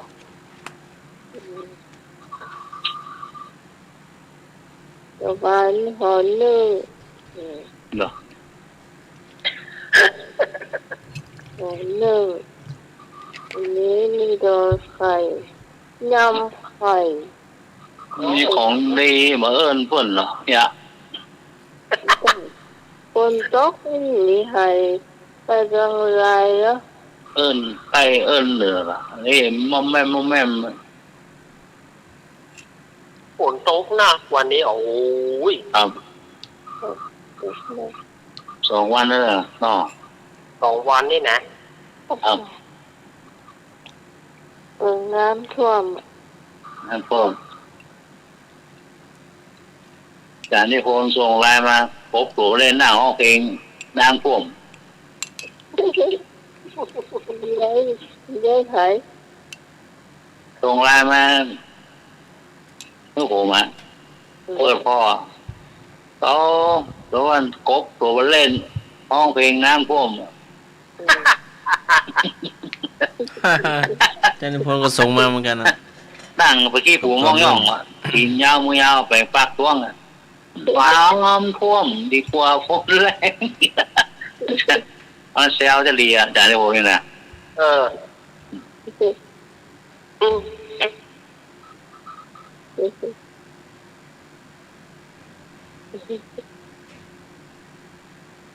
เซลจะเลียเอาว่าโอ้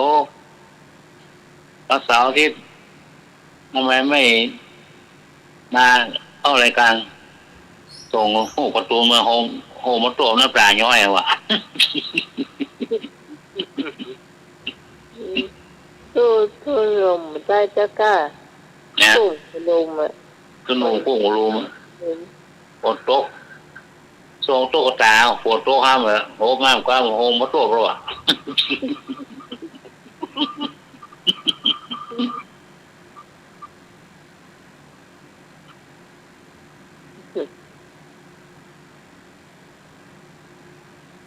มาฟังเป็นเกี่ยวกับยอดเป็นจากอันจราจรเนี่ยค่ะ แค่รับไปน้อย อืม แค่4 ทุ่มเนี่ยรับ รับเลิกเลยวะเชื่อมากกินกะ เรื่องรับเรื่องเล็กหรอ รับ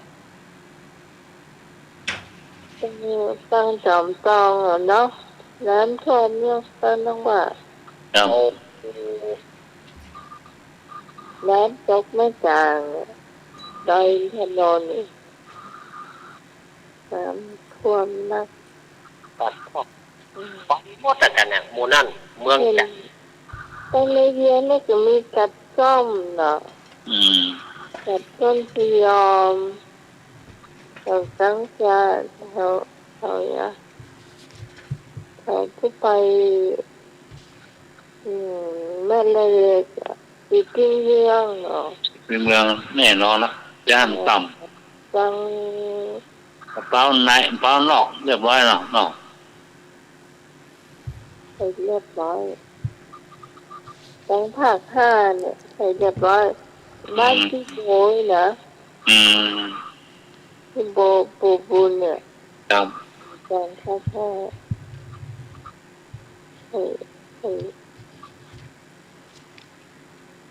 คนแบบนี้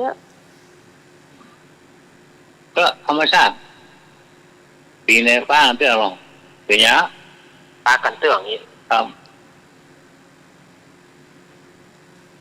ต้องไปโต๊ะกลางเดี๋ยวนี้ โต๊ะหรอ ประเด็นนี้ก็บ่มีแล้วนะครับ หยุดละ ถ้ามันบัดซ้อมมาคืนนี้เนี่ย ถ้าซ้อมมาคืนนี้ก็เอา เนาะแก่หมดละเนาะ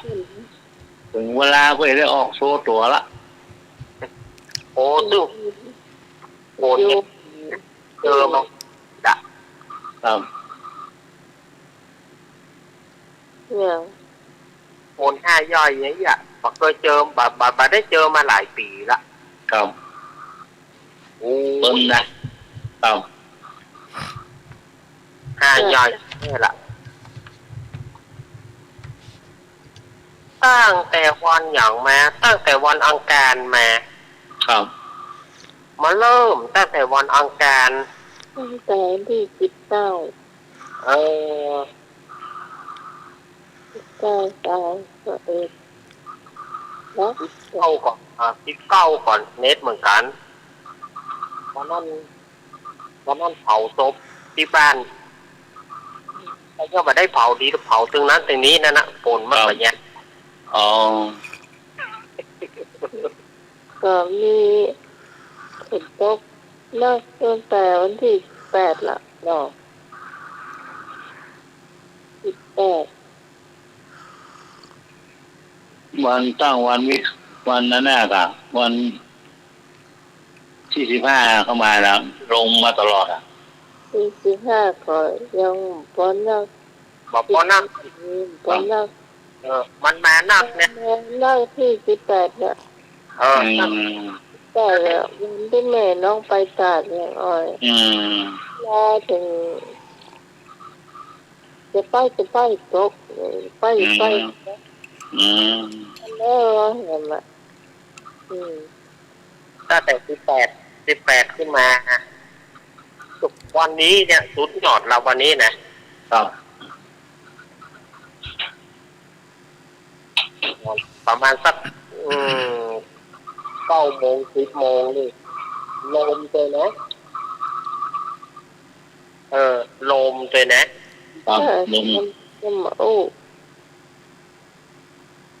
ตัวไม่ได้จ้ามันโอ้สมัครรอดซะเลย เลย พระมหาบุรุษทรงทอดพระเนตรเห็นคนแก่คนเจ็บคนตายแล้วทรงบรรเทาความเมาในอะไรได้เสลยทรงบรรเทาความเมาในวัยความเมาในความไม่มีโรคและความเมาในชีวิตแล้วก็ปาญาณใหญ่นี่ได้ทุกอันเนาะ ครับ ของพระอาจารย์สำเร็จก็น่าจะเข้าอยู่ในข่ายตัวเนาะ ครับ พงธรรมสังเวชเนาะ เรื่องป้าจะเป็นลืมบ่หรอ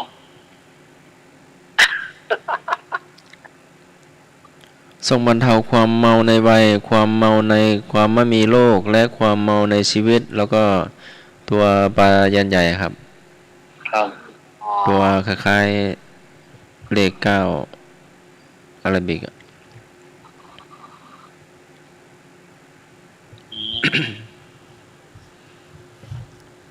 ตอนนี้ก็5 ทุ่มจะครึ่งแล้วเนาะช่วงเล่านิทานเนาะ อย่าบอก เอาว่าไปเลยครับวันนี้ อย่างอ้อกา ครับ นี่หาอาจารย์เรา นี่หาอาจารย์เราละ อย่า อาจารย์เอาแล้วเรานิทานก่อนครับ แกละลืมไป เนี่ยเราให้ฟัง เพิ่นมีคนฟังหรอ ท่านสมัครฟังอยู่เด้อ ครับรู้เขาฟังหรอพี่สมัยเขาฟังหรอโอ้ โห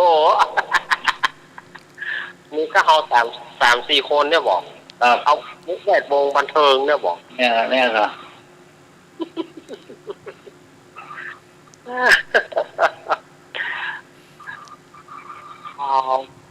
นิทานขมวดเรามันเป็นคติสอนใจมันได้ใจความเหรอเอาไปฟังเอาปะอันใดเนี่ยเอาเก็บมาใจก็ได้หรอกอย่า เนี่ยการเปิดเพลงอย่าง นะ การเปิดเพลงอย่าง เพลงการ น้ำหัว เพลงหลาย เพลงฝนลงฟ้าย้อนรักสลักใจ ก็ แล้วก็ข้อผูกแขนคัมภีร์แสงทองไอ้นึกขอสำลักมหาชัยคัมภีร์แสงทองน้องนาบ้านนานปองปีดาลำโขงคืนเพ็ญน้องปองปีดาผู้เสียสละปองปีดาวาสนาเจ้าลอยลังสีบริสุทธิ์จำปาลืมต้นสายยันสัญญาลอยรถไถก้านแก้วสุพรรณเจ้าร อยไถแปร อ๋อ รอยไถ รอยไถแปรเนาะ เอา ไม่ได้ใครวะ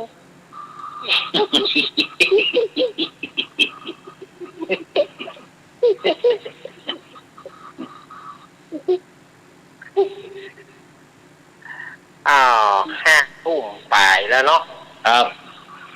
บอกครับเอาหมดเราเป็นนี้หรอที่ร้านเราอ๋อ เรียกได้สมัครเป็นผู้นี้ที่ขอไว้แยกยันเจอมวัน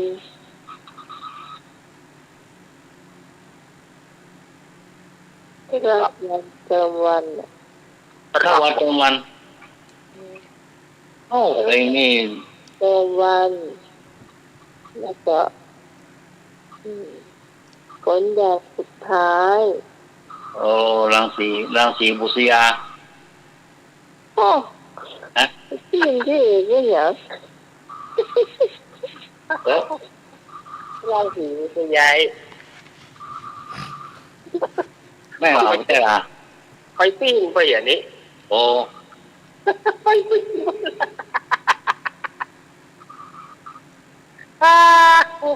ประกอบปีศาจด้วยสัน3 เพลง เอาฝนหยาดสุดท้ายใครร้อง นี่ว่า เออ อ๋อ ฝนหยาดสุดท้ายเป็นจะได้ใครร้อง ติดเสียรังสี บุษรายังสีแล้วก็อีก ตะตีนตัวเนี่ยละอย่าหมาแม่นหมอหมาแม่น มันไก่ย่างนะกันเนาะ ครับ คนเอานี่มากัน เลิกวันตะวัน แล้วอย่างแฮม น้อยแล้วก็ โอ้โหรวยขอนะกาขนกานกยุงนะ กากับน้องยุง ครับ มันก็เป็นเพลงลูกทุ่งปัญญานั่น ฮะ นี่โก้ ลูกโป่งกับลูกโป่งแบบคนละที่เนาะ เอาแล้วอีกอันเป็นอะไรอย่างต่อจาก ส่วน ฝนเม็ดสุดท้ายอ่ะ ต่อจากฝนเม็ดสุดท้ายเป็นอะไรอย่างเพลงอย่าง ฝนหาสุดท้ายน้ำนองบ้านเฮาทุกวัน ตุกิตยาลังสีอ่ะ แล้วต่อจากเพลงนี้อะไรอย่าง ปีศาจวสันต์ ปีศาจวสันต์ วัดสัน อีสานวสันต์อีสานวสันต์ไง ครับ ปีศาจวสันต์ ปีศาจวสันต์ อีสานนิสัน ปีศาจ ปีศาจ สันวัดสันวัดสัน ปีศาจวสันต์ เรียกสันก็หมายถึงฤดูฝนอ่ะ อ๋อ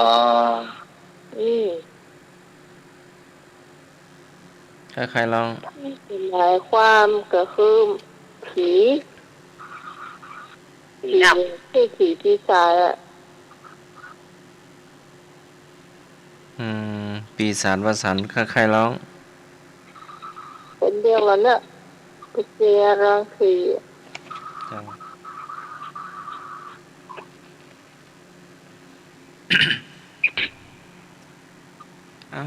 อาจารย์สำเนียงเอาละ ลงแล้ว เรานิทานเนอะ ถ้าฟังนิทานแล้วนะ อะไร ป่า ทาง ก่อน ต้น โอ้มีลูกเคยจอไปมันเกินชั่วโมง นะ เวลาก็ไหลโกนแม่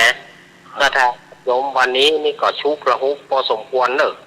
ครับ เพราะว่าหัวมันเป็นด้วยฟ้าด้วยฝน ครับ วันนี้อาตมาภาพจะได้นำเอาเป็นนิทานที่เล่าให้ศรัทธาญาติโยมได้ฟังเป็นเรื่องวันนี้อาตมาภาพจะเอาจากธรรมวัดพื้นเมืองในเรื่องสองหัวกับตัวเดียว ครับ เรื่องสองหัวกับตัวเดียวเนี่ย เดิมทีนั้นมีหงส์ตัวนี้เกิดแฝดด้วยกันมาเกิดอยู่ในป่าพุ่นแต่ว่าหงส์เนี่ยมีลักษณะคือมันแปลกอยู่ว่ามันมีสองหัว เออ ตัวเดียว ครับ มันแฝดติดกันทีนี้ โฮงสองโฮงสองหัวนี่กับไปไหนกับไปด้วยกันเพราะว่าหัวมันติดกันหรอกไปหาอย่างก็ไปด้วยกัน อืม ทีนี้ปรากฏว่านายพรานมีนายพรานคนหนึ่งไปหันเข้าใส่นายพรานคนนี้ก็เลยกึดไปว่าโหงนี่มันแปลกประหลาดเนาะมีสองหัวแต่อยู่ในตัวเดียวถ้าเราเอาไปถวายพระราชาเราคงจะได้รางวัลอย่างงามนานเนี่ยความโลภนะเปิ้นอยู่ของเปิ้นดีๆ ครับ เปิ้นอยู่ของเปิ้นดีๆเนี่ยจะเอาไปถวายเนี่ยยังก็ปล่อยเนี่ยธรรมชาติของมันกันเนาะ ครับ ทีนี้ก็บอกว่านายพรานนี่ก็เข้าไปเฝ้าพระราชาคือพระเจ้าพรหมทัตในเมืองพาราณสีทูลเรื่องว่าขอเดชะพระอาญามิพลเกล้าบอกนี้ข้าพระองค์เจอหงส์ประหลาดพระเจ้าค่ะนี่พระราชาถามว่าตรัสถามว่าเธอไปปาหงส์ที่ไหนมันแปลกอย่างไรมันแปลกเหลือเกินพระเจ้าค่ะคือมันมีสองหัวแต่มันมีตัวเดียว อืม พระราชาก็แตกพระทัยว่าถ้าเธอจะเอามาได้ก็จะเอามาถวายให้เอาได้ก็มันก็บอกว่ามันเอามาได้ดังนั้นพระราชาก็โป่งอัญญาบอกว่าเธอไปเอามานายพรานคนนี้ก็รอถึงวันพุธเมื่อเจ้าบอกประมาณตี 3 ตี 4นี่มันไปละไปมากับไปดักรอว่าโฮงตัวเนี้ยจะต้องมาที่นี่ก็วางกับดักไว้วางเหวเอาไว้เมื่อถึงเวลาอาทิตย์สว่างแล้วโฮงนี่ก็บินเขาก็จะไปหาอาหารแต่ก็ว่าไปติดเหวของนายพรานก็จึงย่อบเอาโหงประหลาดเนี่ยเข้าไปในวังไปถวายพระราชาพระราชาก็แปลกเหมือนกันเนอะมันมีสองหัวแต่มันอยู่มันมีในตัวเดียวมันทีนี้พระราชาก็ความโลภเกิดขึ้นล่ะอยู่ไปอยู่มาจะทำอย่างไรหนอที่จะให้โหงสองตัวเนี่ยมันแยกจากกันเปิ้นอยู่วันของเปิ้นดีๆนะใครสามารถที่จะให้โหงสองหัวเนี่ยให้โหงสองตัวเนี่ยแยกจากกันแต่อย่าให้มันตายใครมีพิธีป้องเราเสนาอามาตย์ทั้งหลายเราทหารข้าราชบริพารทั้งหลายก็มักคิดใจว่าจะเนี่ยจะใดที่บ่ให้โหงสองตัวเนี่ยมันตายแต่ให้มันแยกจากกันคิดอย่างใดก็คิดกันมองอามาตย์คนแล้วคนเล่าก็บอกว่าข้าพระองค์ทำไม่ได้พระเจ้าค่ะแถมคนก็บอกมอมฉันทำไม่ได้พระเจ้าค่ะ มีอย่างเดียวคือผ่ามันออกถ้าผ่ามันออกมันก็ตายก็แต่ห้ามให้มันตายนะถ้ามันตายจะตัดหัวเอาล่ะเอาสักคนน่ะเขามีอามาตย์คนหนึ่งก็เลยบอกว่าเอาอย่างอี้ดีกว่าพระเจ้าค่ะม่อมฉันเอาโหงนี้ไปแต่รับรองว่ามันบ่ตายแน่นอนม่อมฉันจะหาวิธีเพื่อมันแยกจากกัน โดยที่บอกให้มันตายนี่ถ้าเธอทำได้เธอเอาไปเลยเธอเอาไปเลยเอามาคนนี้ก็นำเอาโหงไปแล้วก็ไปขึ้นใส่ตัดเลยเนาะเอาแล้วเอามันหาตุกใส่ตัวก็มีที่ดีใดที่บอกให้มันตายตอนฆ่ามันก็ต้องตายเอาไปนอนวันกับคืนหนึ่ง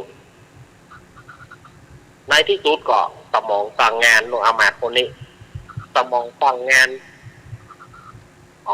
ได้ละพอโหงหัวหนึ่งรับ เขาจะซอโหงหัวหนึ่งเพื่อจังกันนั่นทีนี้แล้วมันจะแยกจากกันโดยที่มันบัดไดอามาตย์คนนี้ก็ไปพอโหงหัวหนึ่ง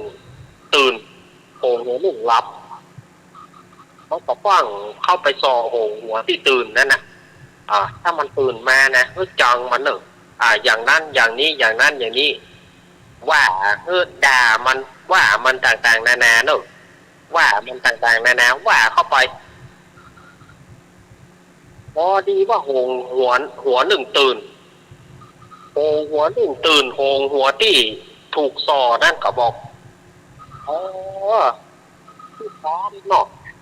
ใกล้จะรับการนอนมาช่วยกันทำมาหากินกูจังมึงตั้งแต่เมื่อใดเมื่อเบาละกูจังมึงขนาดโหงหัวหนึ่งก็งงละไอ้ยังก่อนเอาอยู่เกิดผ่านมาตั้งแต่เกิดกรรมนี้ก็เคยปรากฏแก่หูข้าว่าวันนี้ก็ได้มาอุ้มกันเลยกูจึงจังมึงครับแล้วกูบอกอู้ไปได้กูจังมึงเหมือนใต้เดือนกิ้งกือกูจังมึงขนาดก็ไปจังกันเรื่องไอ้อย่างเล่าไผ่มาซอมาเสียดไอ้อย่างทุกฝังมามีไผ่มาซอมาเสียดกูบ่ชอบหน้ามึงเป็นเพราะไอ้อย่างเราลองบอกคือกันเนาะโหงเรื่องกันตั้งคำถามว่ามีไอ้อย่างขอเพื่ออู้กันมาดีๆมาต้องใจอารมณ์ใส่กันได้กะมึงจังมึงต้องมึงขี้ค้านอย่างนี้เพื่อนเอ้ยเขาอยู่ด้วยกันตั้งแต่เกิดมาเขาติดกันมาตั้งแต่เกิดเนี่ยเขามีปัญหาอย่างก่อเขาบอกเคยมีปัญหาอย่างเลยแล้ววันนี้เปื่อนนี่อย่างมาว่าคือเอาอย่างนี้ใครว่ามาเมินแล้วใครว่ามาเมินแล้วกูจังมึงกูดูบ่ชอบหน้ามึงเอาเข้าโหงสองตัวเนี่ยโหงสองหัวเนี่ยกับทะเลาะกันพิษกันในเมื่อพิษกันแน่จริงก็ได้จะงอยปากเนี่ยซับกันจิกกันในที่สุดก็จิกกันซับกันไปซับกันมากับในที่สุดก็แยกจากกันแยกจากกันเอามาคนนี้เมื่ออาหารว่าโหงสองตัวแยกจากกันแล้วก็นำไปถวายพระราชาพระราชาก็ทูลถามว่า เธอเนี่ยจะใดคือมันแยกจากกันผมเนี่ยก็ไปซอโหงหัวหนึ่งในขณะที่โหงหัวหนึ่งกำลังรับเขาก็ซอโหงหัวหนึ่งในที่สุดเขาก็พิษกันแล้วก็จิกกันในที่สุดเขาก็แยกออกจากพระราชาก็อานิจจาเจ้าเอ้ยเปิ่นอยู่ด้วยกันมาตั้งแต่ไหนแต่ไรแล้วเป็นเพราะเฮาบอกทุกคนอยู่กันแบบธรรมชาติของเปิ้นติดกันอยู่เนี่ยเปิ้นไปเปื่อนเดียวกันก็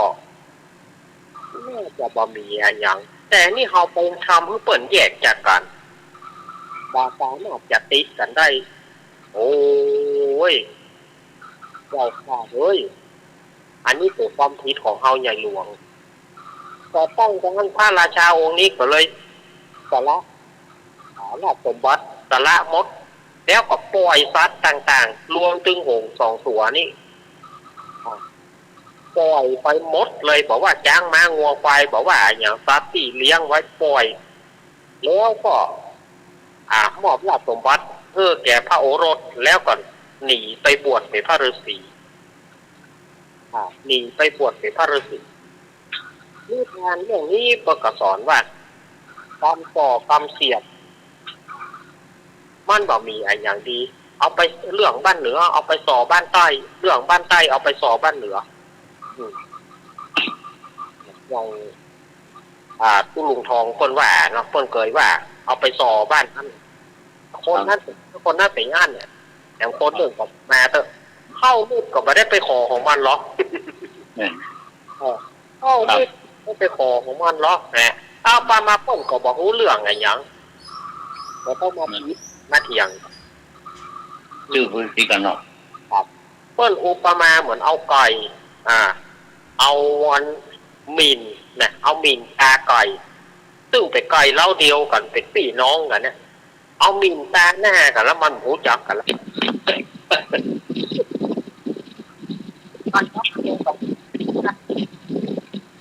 เอาเขาลูกลุมหน้ามันจะพุ่งจับโอ๊ตถ้าจะด้วยว่าคนโบราณก็ว่าไทยแล้วเราไทยคือมันก็มาได้ที่มาภาพประมาณต่อกันเพราะเขาว่าถ้าจะอู้แบบแหงๆไปเพราะว่านกสองหัวถ้าจะแบบรุนแรงไปนี่นะเพราะว่านกสองหัว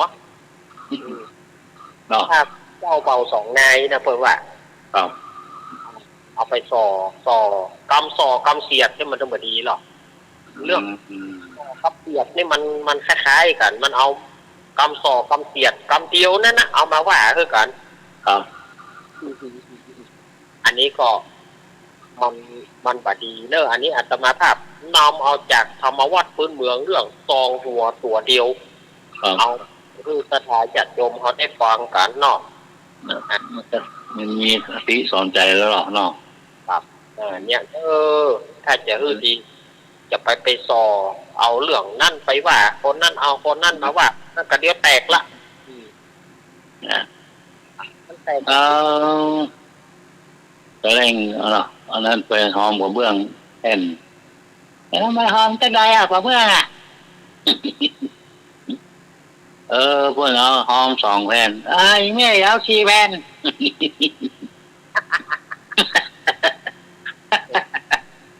แรงหมดแล้วหรอกละน่าจะแรงโกนมาละน่ารักอะไรคนหอม4 แผ่นเอา6 แผ่น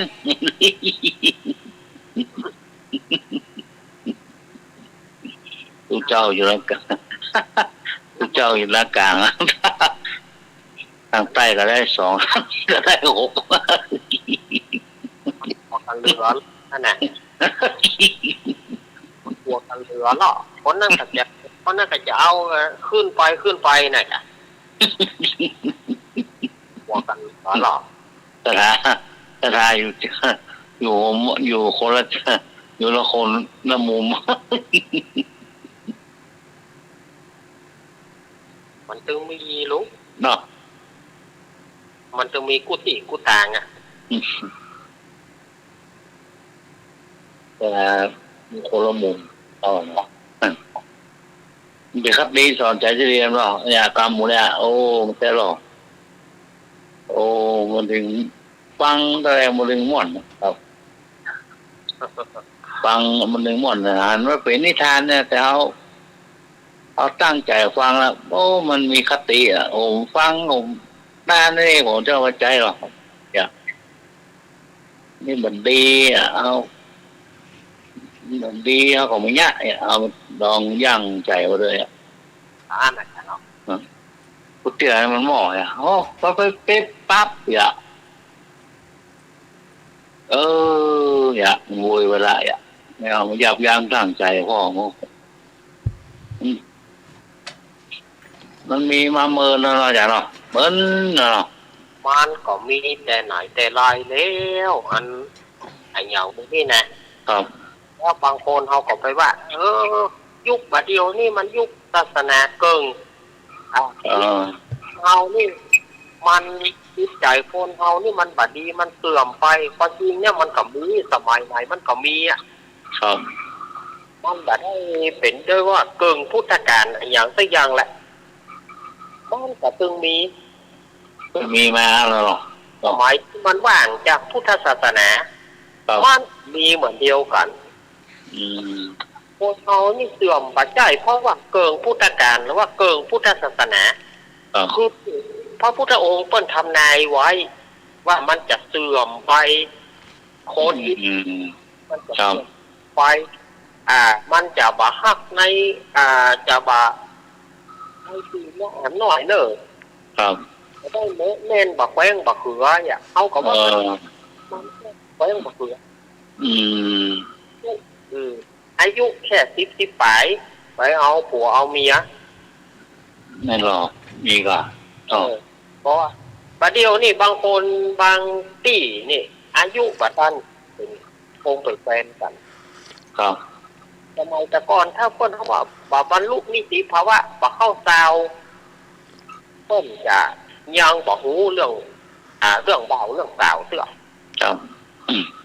คนก่อนว่าไอ้ก็หรอกว่าเพียกแต่กันเนี่ยไอ้หรอกเนาะ ให้ลูก เออ แต่ เล่นเลยอย่าเอาไอ้เราเข้าบ้านอร่อยอ่ะ คนให้แต่เทียบกันให้ ครับ แต่ค ของ น เราครับ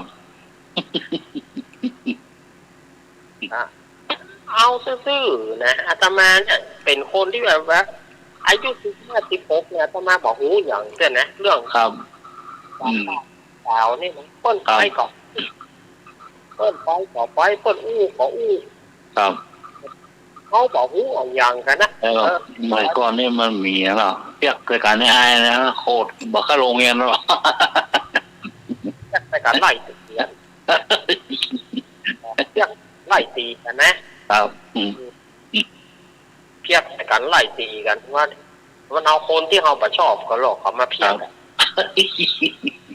คนที่ชอบแล้วเขาบอกมาเพียกหรอกคนที่บ่ชอบกันเอาถึงบ่ชอบคนนั้นอยู่แล้วเอาเขามาเพียกเอาเขามาตีกันคนนั้นเนี่ย มันมีซอยตะคนหรอก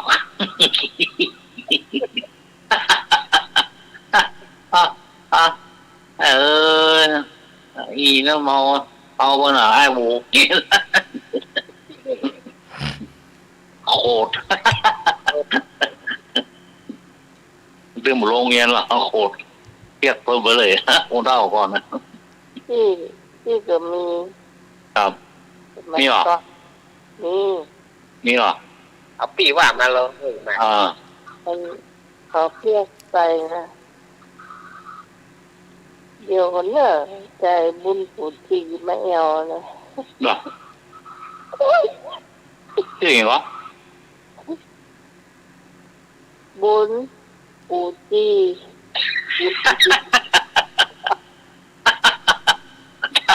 มันถึงมีซอยหรอ ไปต้องไปเรื่องกันหมดแต่ก่อน มันถึงมีซอยไปโกนละโกนก่อนนะด่า ไปต่อยด้วยกันมันแต่ละคนก็มันงามๆก่อนยกเว้นกันเนาะ ครับนี่เอาซอยแล้วล่ะเปียกกันไปเนี่ย งาม ละแอนนูเห็นนี่เหรอ มีเหรอที่มันเดียวอ่ะมันเดียวเนี่ยโอ้ป้าได้บัดยังได้กับเมียหมดอ่ะเดินนะ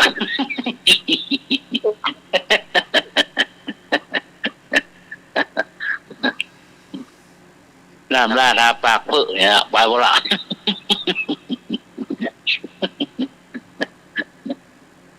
แต่ก่อนเขาคิวเนาะแต่ก่อนเขาคิวเข้าไปไอ้ก่อนถึงแม่ถึงมาป่วยได้อูเนาะเขาคิวพี่ธิดาเนี่ยมันเป็นคนบางงามที่บ้านนี่นะ เขาเรียกว่าการนู่นในก็เป็นคิวเข้าไปนี่ก็เป็นคิวเข้าไปนั่นนะเอาไปโน่นไปขึ้นน้ำไปขึ้นน้ำจ้าเนอะเล่นน้ำเหมืองหรอ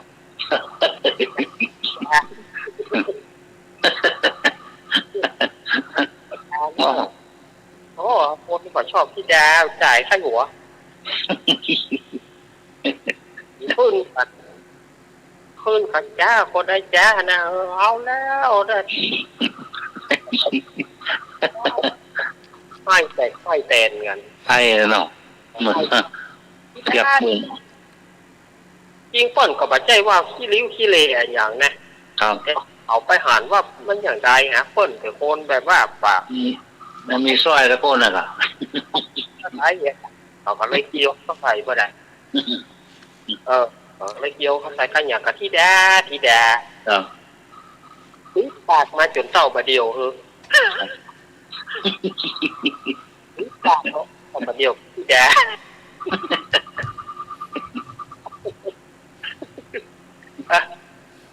ไปแล้วปฏิเคียวเข้าใส่กันเคียวเข้าใส่คนเคียวเข้าใส่คนนี้ สี่สบายใจกันเลยอ่ะการเรียนอ้างคนนั้นก็ตายไปเขาเริ่มได้เดียวซ้ำเดียว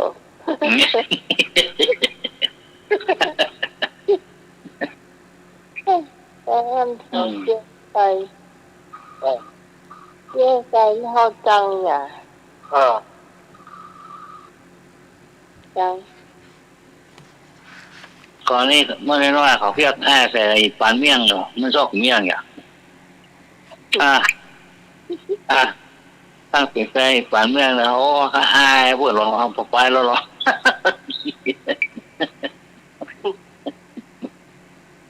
โคนก่อนนี่โคนแต่ก่อนนี่มันเตือนนี่หน่อยนะครับ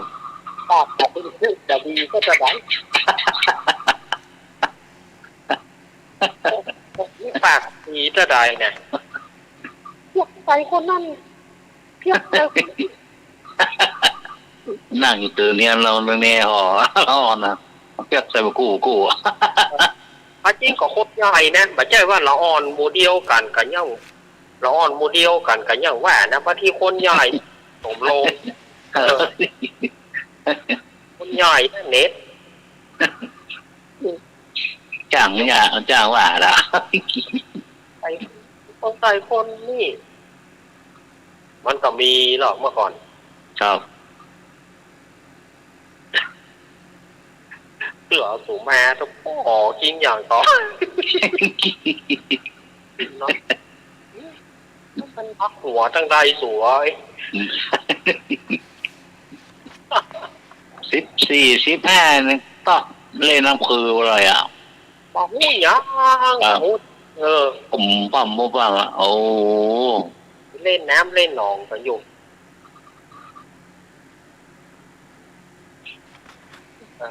เดี๋ยวย้ายงัวต้องบอกมาของไปย้ายงัวกำเนิดเปียผ้าบังงเหมือนกันหมูตัดโหล่นไปกลางโต๊ะงัวย้ายงัว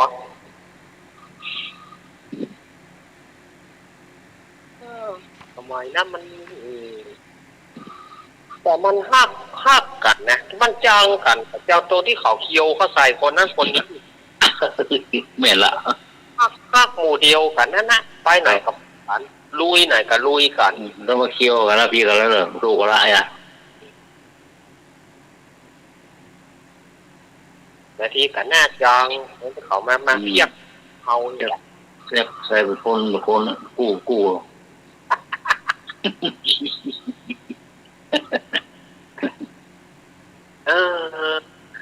แล้วเอามาดูอย่างยุคประเดี๋ยวนี่เขามาได้เพียกกันครับนี่ก็ประเดี๋ยวนี่ความฮักความอย่างละอ่อนมันหูกว่าเฮาอีกครับเอาแต่ก่อนเขาไปหูอย่างก็จวนออกไปจวนไปเหี่ยวออกไปอู้ก็ให้หัวกันอย่าง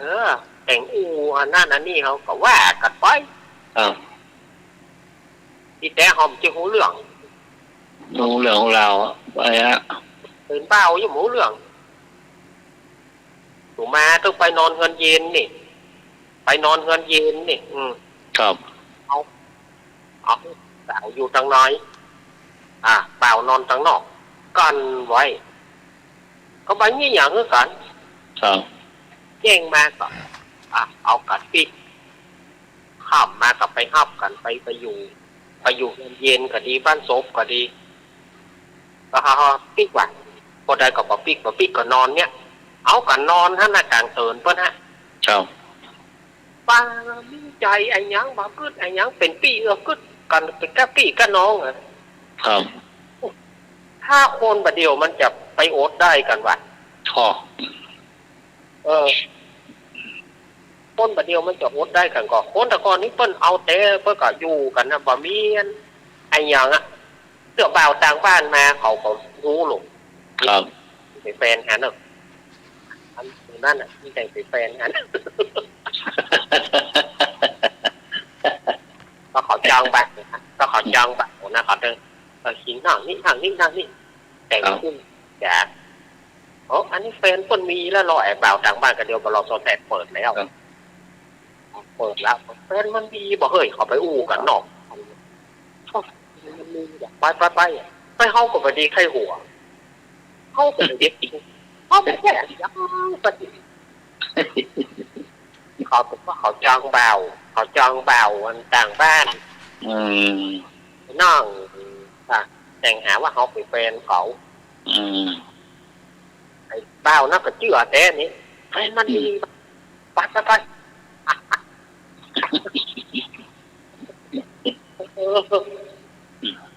เอาตัวรอบไปเนาะเอาตัวหลอกไปเขาก็ไปดิ้งไข้หัวนะถ้ามีเงินเย็นสมัยก่อนไม่เป็นอันหรอกครับที่บ้านของเย็นนี่บ้านก่อนนี้มือเตะฝ่าโมโลไปว่าอันจะเมื่อแบบก็เมื่อแล้วนะฮะหัวในก่อนนี่สี่เลยใจเป็นไงเล่นดีเลยครับจะได้ได้เก็บกุบเอาไว้เก็บไว้เหมือนกันไปลักไปหูแล้วมันจะมีที่ร้านสมาร์ทโฟนนั่นเองถ่ายเก็บไว้ในหูใหญ่โตไว้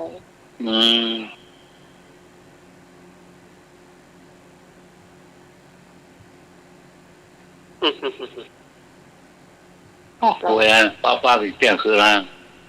ตอนนั้นสายตาเสียอีแล้วครับแต่ยังสมบูรณ์อยู่ก็อู้มาละก่อนนั้นเป็นดาราเดี๋ยวก็เป็นดาราก็หรอกคนละยุคมันนึกถึงแล้วมันสมหวังดีแน่ขี้เก่าจริงนะครับนึกถึงตอนเป็นร้อนก็สมหวังเมื่อไงเรียนลีดเนี่ยเป็นลีดเดอร์ของโรงเรียนเนี่ยดกเป็นม่วนอยู่วัดนะโยมวัดเข้าวัดอย่างเดียวแล้วกินอิ่มอยู่ข้างนอกแรกไม่ได้กินเข้าวัดแล้วก่อนเนี่ยเขาขนมเก็บข้างนอกไม่ได้กินทอดกล้วยมาถึงได้กินเอามายืนพอหน้าหมดมาถึงมื้อกินเปียโลนะเอาว่าเป็นขยมยังไปหน่อยเนาะครับข้ออยู่วัดเนี่ยมันเรื่องกินอิ่มเอาอยู่ขนมใช่ปะเมื่อก่อนแน่นฮะส้มตำส้มมันกลายเป็นพวกเนี่ยพวกลำเห็นนะลำนะไม่ใช่แแบงก่อนเราให้ได้50ขายละก่อนนะเนาะแต่ก่อนเนี่ยมันจะมีอย่างเชื่อหอจะไปแข่งกีฬากันนี่เนาะครับลุงเนี่ยเรียนเท่าสูตรตัวเรียนยังบ้านพี่พาว่านะเป็นชุดกระโปรงแดงสีเสื้อขาวนะเรียนเท่าสูตรโชคดีมั้งเนาะแม่นบ้านเตี้ยมไผ่ว่าอันที่รถคือคนเขาปะครับนั่นมันจะมากลุ่มเดียวกันเนาะคาเฟ่ครับโตจากการท่องเที่ยวก็เพราะว่าเป็นแม่ละนิง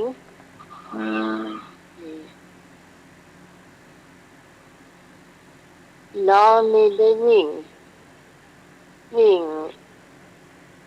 คนท้องว่า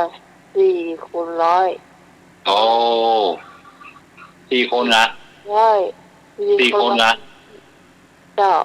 น้องนี่เป็นตัวสตาร์ทตัวหนึ่ง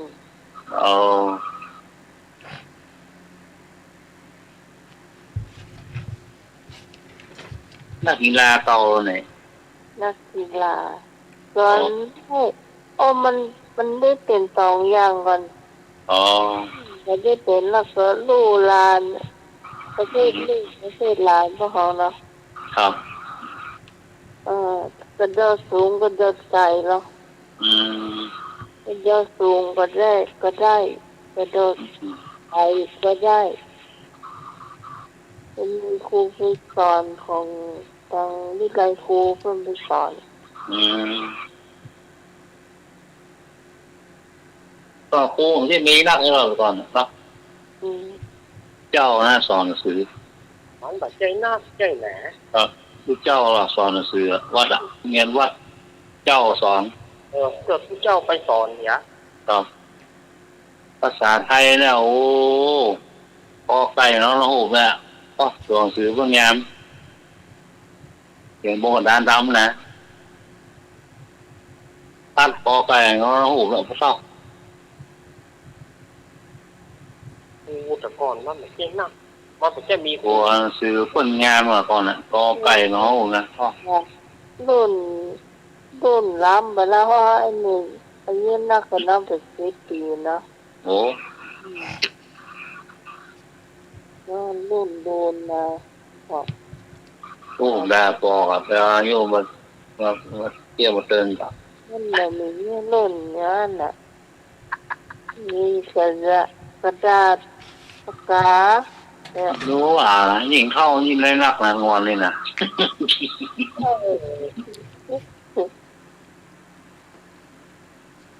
ไอ้อ๋อยิ่งเข้ายิ่งได้นักเนี่ย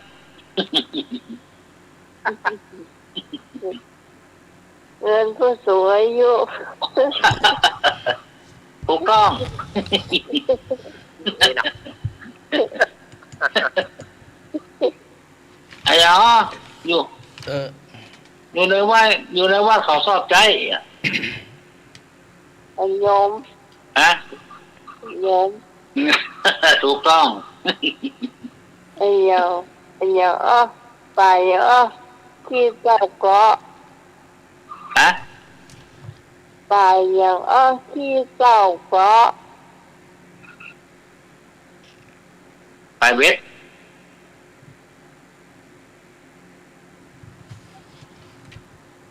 ปลาทอด ปลาตก ใส่ขี้เถ้า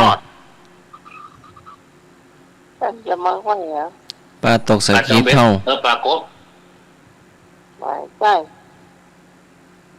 ว่าไม่เราไม่ได้ยินที ปลาไอ้หยังที่เจ้าเกาะ ชอบกอกัน เจ้าเกาะ ปลาย่างที่เต่าเกาะ ไปเย็น ไม่ใช่ ปลา มันน่ะ ตกหิ้งไฟ กินเหรอ ปลาตกหิ้งไฟ นะเขาเก็บเป็นเหรอเนี่ยฝืนอู้เลย ปลาทูทอด ไปจริงปานจุ๊บแป้งทอด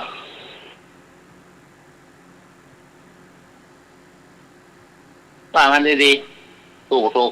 ปลากินแมงเม่า ปลาใจเสือ แมงเม่ากินปลา ปลาโดนพ่นดาวดิ้นแล้วครับ น้ำมาปลากินหมด ใช่ ทูทอดเพราะว่าปลาทูทอด ปลาทูทอดไม่หรอ ใช่ ใช่ปะปลาอะไรโดนแป้งทอดอยู่แป้งทอดก็แป้ง อันนี้ที่เต่าเกาะ อย่างที่เจ้าเกาะ ที่เต่าเกาะนี่เนาะ ปลาต้อ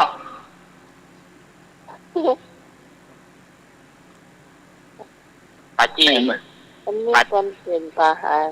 ชาว ปลาจี ปลาเช่า อย่างเน้นว่าอย่าง ปลาจี ถูกต้อง พ่อปลาจีกะพ่อจีแล้วขี้เต่ามันเกาะหัวมันหรอก ไม่ใช่ อืม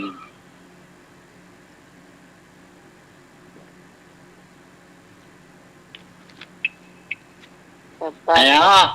นะ เขาโยเฮไปเนาะคุณ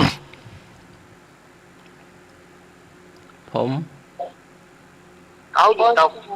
โน ค ด นจำเฮ็ด อืม คนจำเบ็ด คนจำเฮ็ด ถูกต้อง ให้อย่างอ้อบ่แต้มก็ลายบ่ตีฝายน้ำก็ค้างบ่แต้มก็ลายบ่ตีฝายน้ำก็ค้าง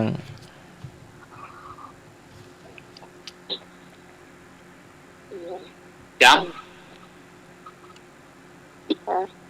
ตั้งสมาคมแล้ว บ่แต้มก็ลายบ่ตีฝายน้ำก็ค้าง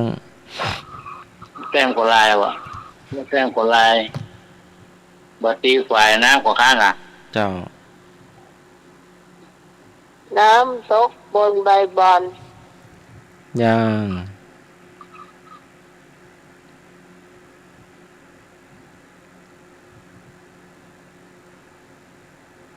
มาตราตกครู ย่าง บัแต้มกว่าลายบ้านสาวน้อยปลาแป้ง ย่าง อย่างมะพร้าว มันเป็นสัตว์บินได้แล้วก็ชอบของหวาน ชอบขยันหา เป็นสัตว์กินได้เรา กินได้จะอายุยืนอ่ะ แต่เขาไม่กินตัวมันนะ เขากินน้ำมัน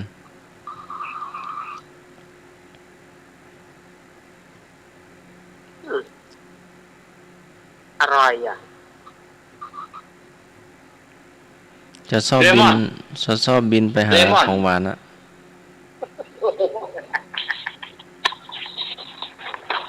บินไปแล้วก็ชอบหาของหวานนะ มอบใหญ่เงินทรัพย์จากท่าน ฮะ เป็นผลไม้อ่ะ อ๋อ นะเป็น อันนี้ เป็น อาจา สั ร ต ย์ ว์ สมมติว่าเป็นสัตว์ละ เป็นสัตว์บินได้แล้วก็ชอบของหวานอ่ะ ชอบดอกไม้ชอบเกสรชอบแม่นละเพิงลังเพิง รังพื้น เพิงและลังเพิง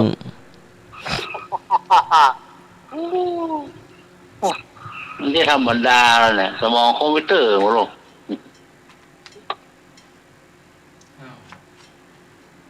เที่ยงคืนกว่าแล้วเนาะ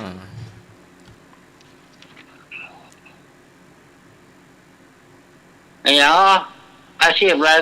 ติดล้อไอ้เนาะอาชีพอะไรชอบติดล้อ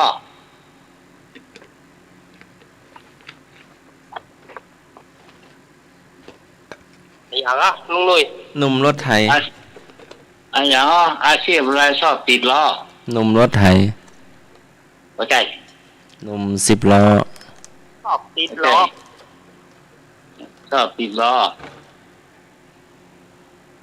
คิปเปอร์ ติดอะไรเนาะ อาชีพอะไรชอบล้อ ชอบโดนเขาล้อก รรมกรแบกแหม ใช่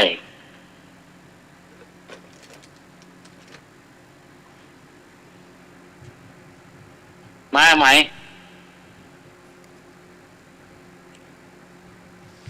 อืม ก็ไม่ได้เขาเนี่ย แต่ค่าแล้วล่ะกัน ย่าง มาครับ ฮะ อยู่ด้วยกัน ดู ฮะ มีเนี่ยมี5 นัด เอาครับ เอ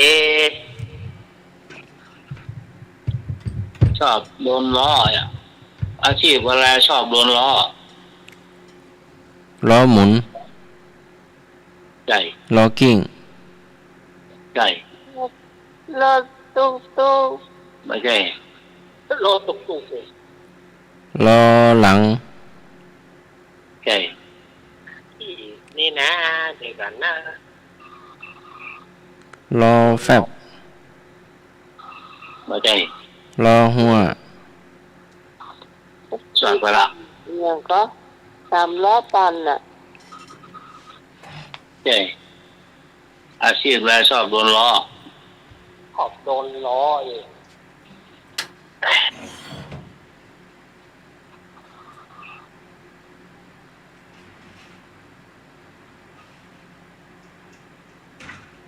ครูถามนักเรียน2 คนนักเรียนอาชีพอะไรชอบโดนล้อ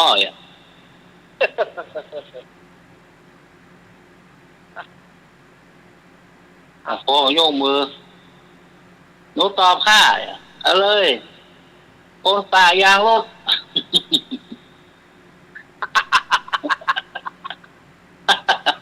โอนตายว่า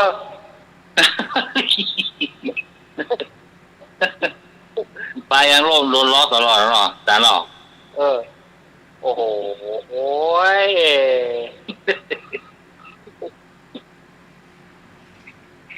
ปอเที่ยงไปละ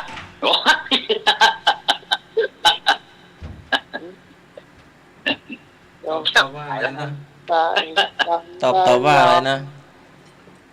ตอบว่าอะไรนะ ฮะ ฮะ ตอบว่าอะไรนะตะกี้ไปห้องน้ ป่ายางรถ ำเฉลยปลายางรถกะ ครับป่ายางรถอาชีพป่ายางรถโดนล้อโดนล้อรถตลอด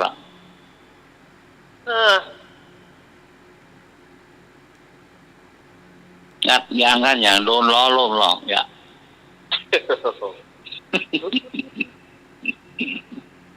อ้าวอำลาเนาะ ครับ คืน20ครับผมลาวเนาะ น้องอะ ฮะ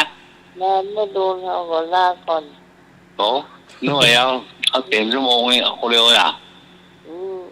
แล้วทำไม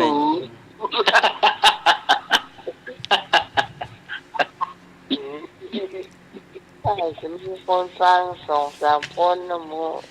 อ๋ออาจารย์ว่าเป็นหลายคนอ่ะ อาจารย์ว่า50 คนฟังอยู่เลย โอ้ อา เดี๋ย จาว รย์ว่าเนาะอาจารย์ว่ามันต้องเลิกพูดไปอย่า อาจารย์ว่าโนตะกี้ ครับแต่นั่งสมาธิโอ้ไปเลยอย่า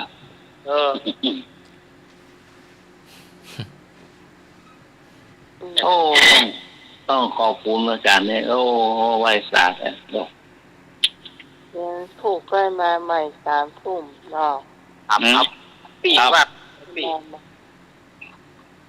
โอ้ยนะ ทีนี้น่าจะดีกว่านี้ ครับ นะทีนี้ไงอย่าค่อยตาอะไรโอ้แต่จะให้กัดให้ใส่เหยื่อไปเล่นเองนึกนักไปหน่อย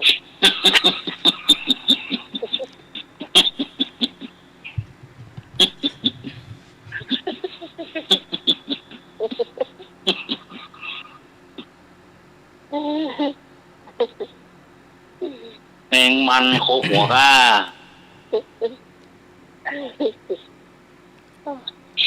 คนถามยายพรยายพรก็ถามไง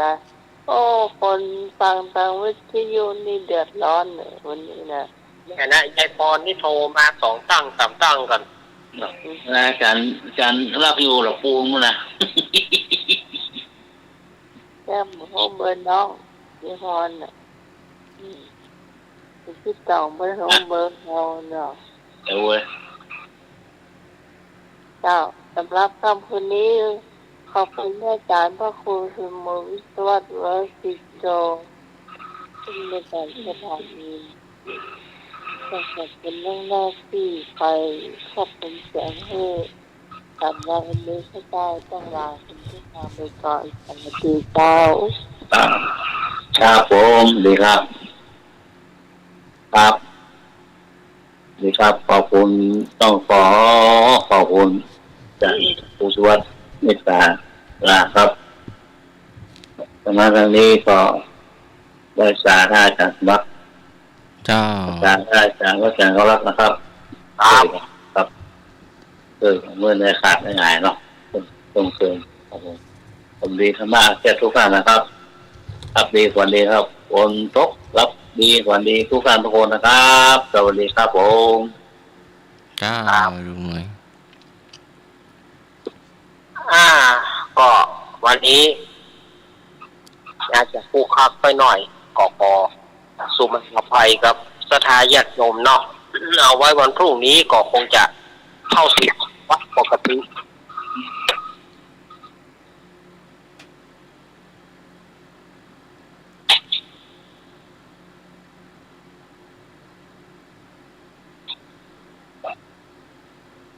ครับอาจารย์สมเด็จนาราว่าต่อเลยครับผม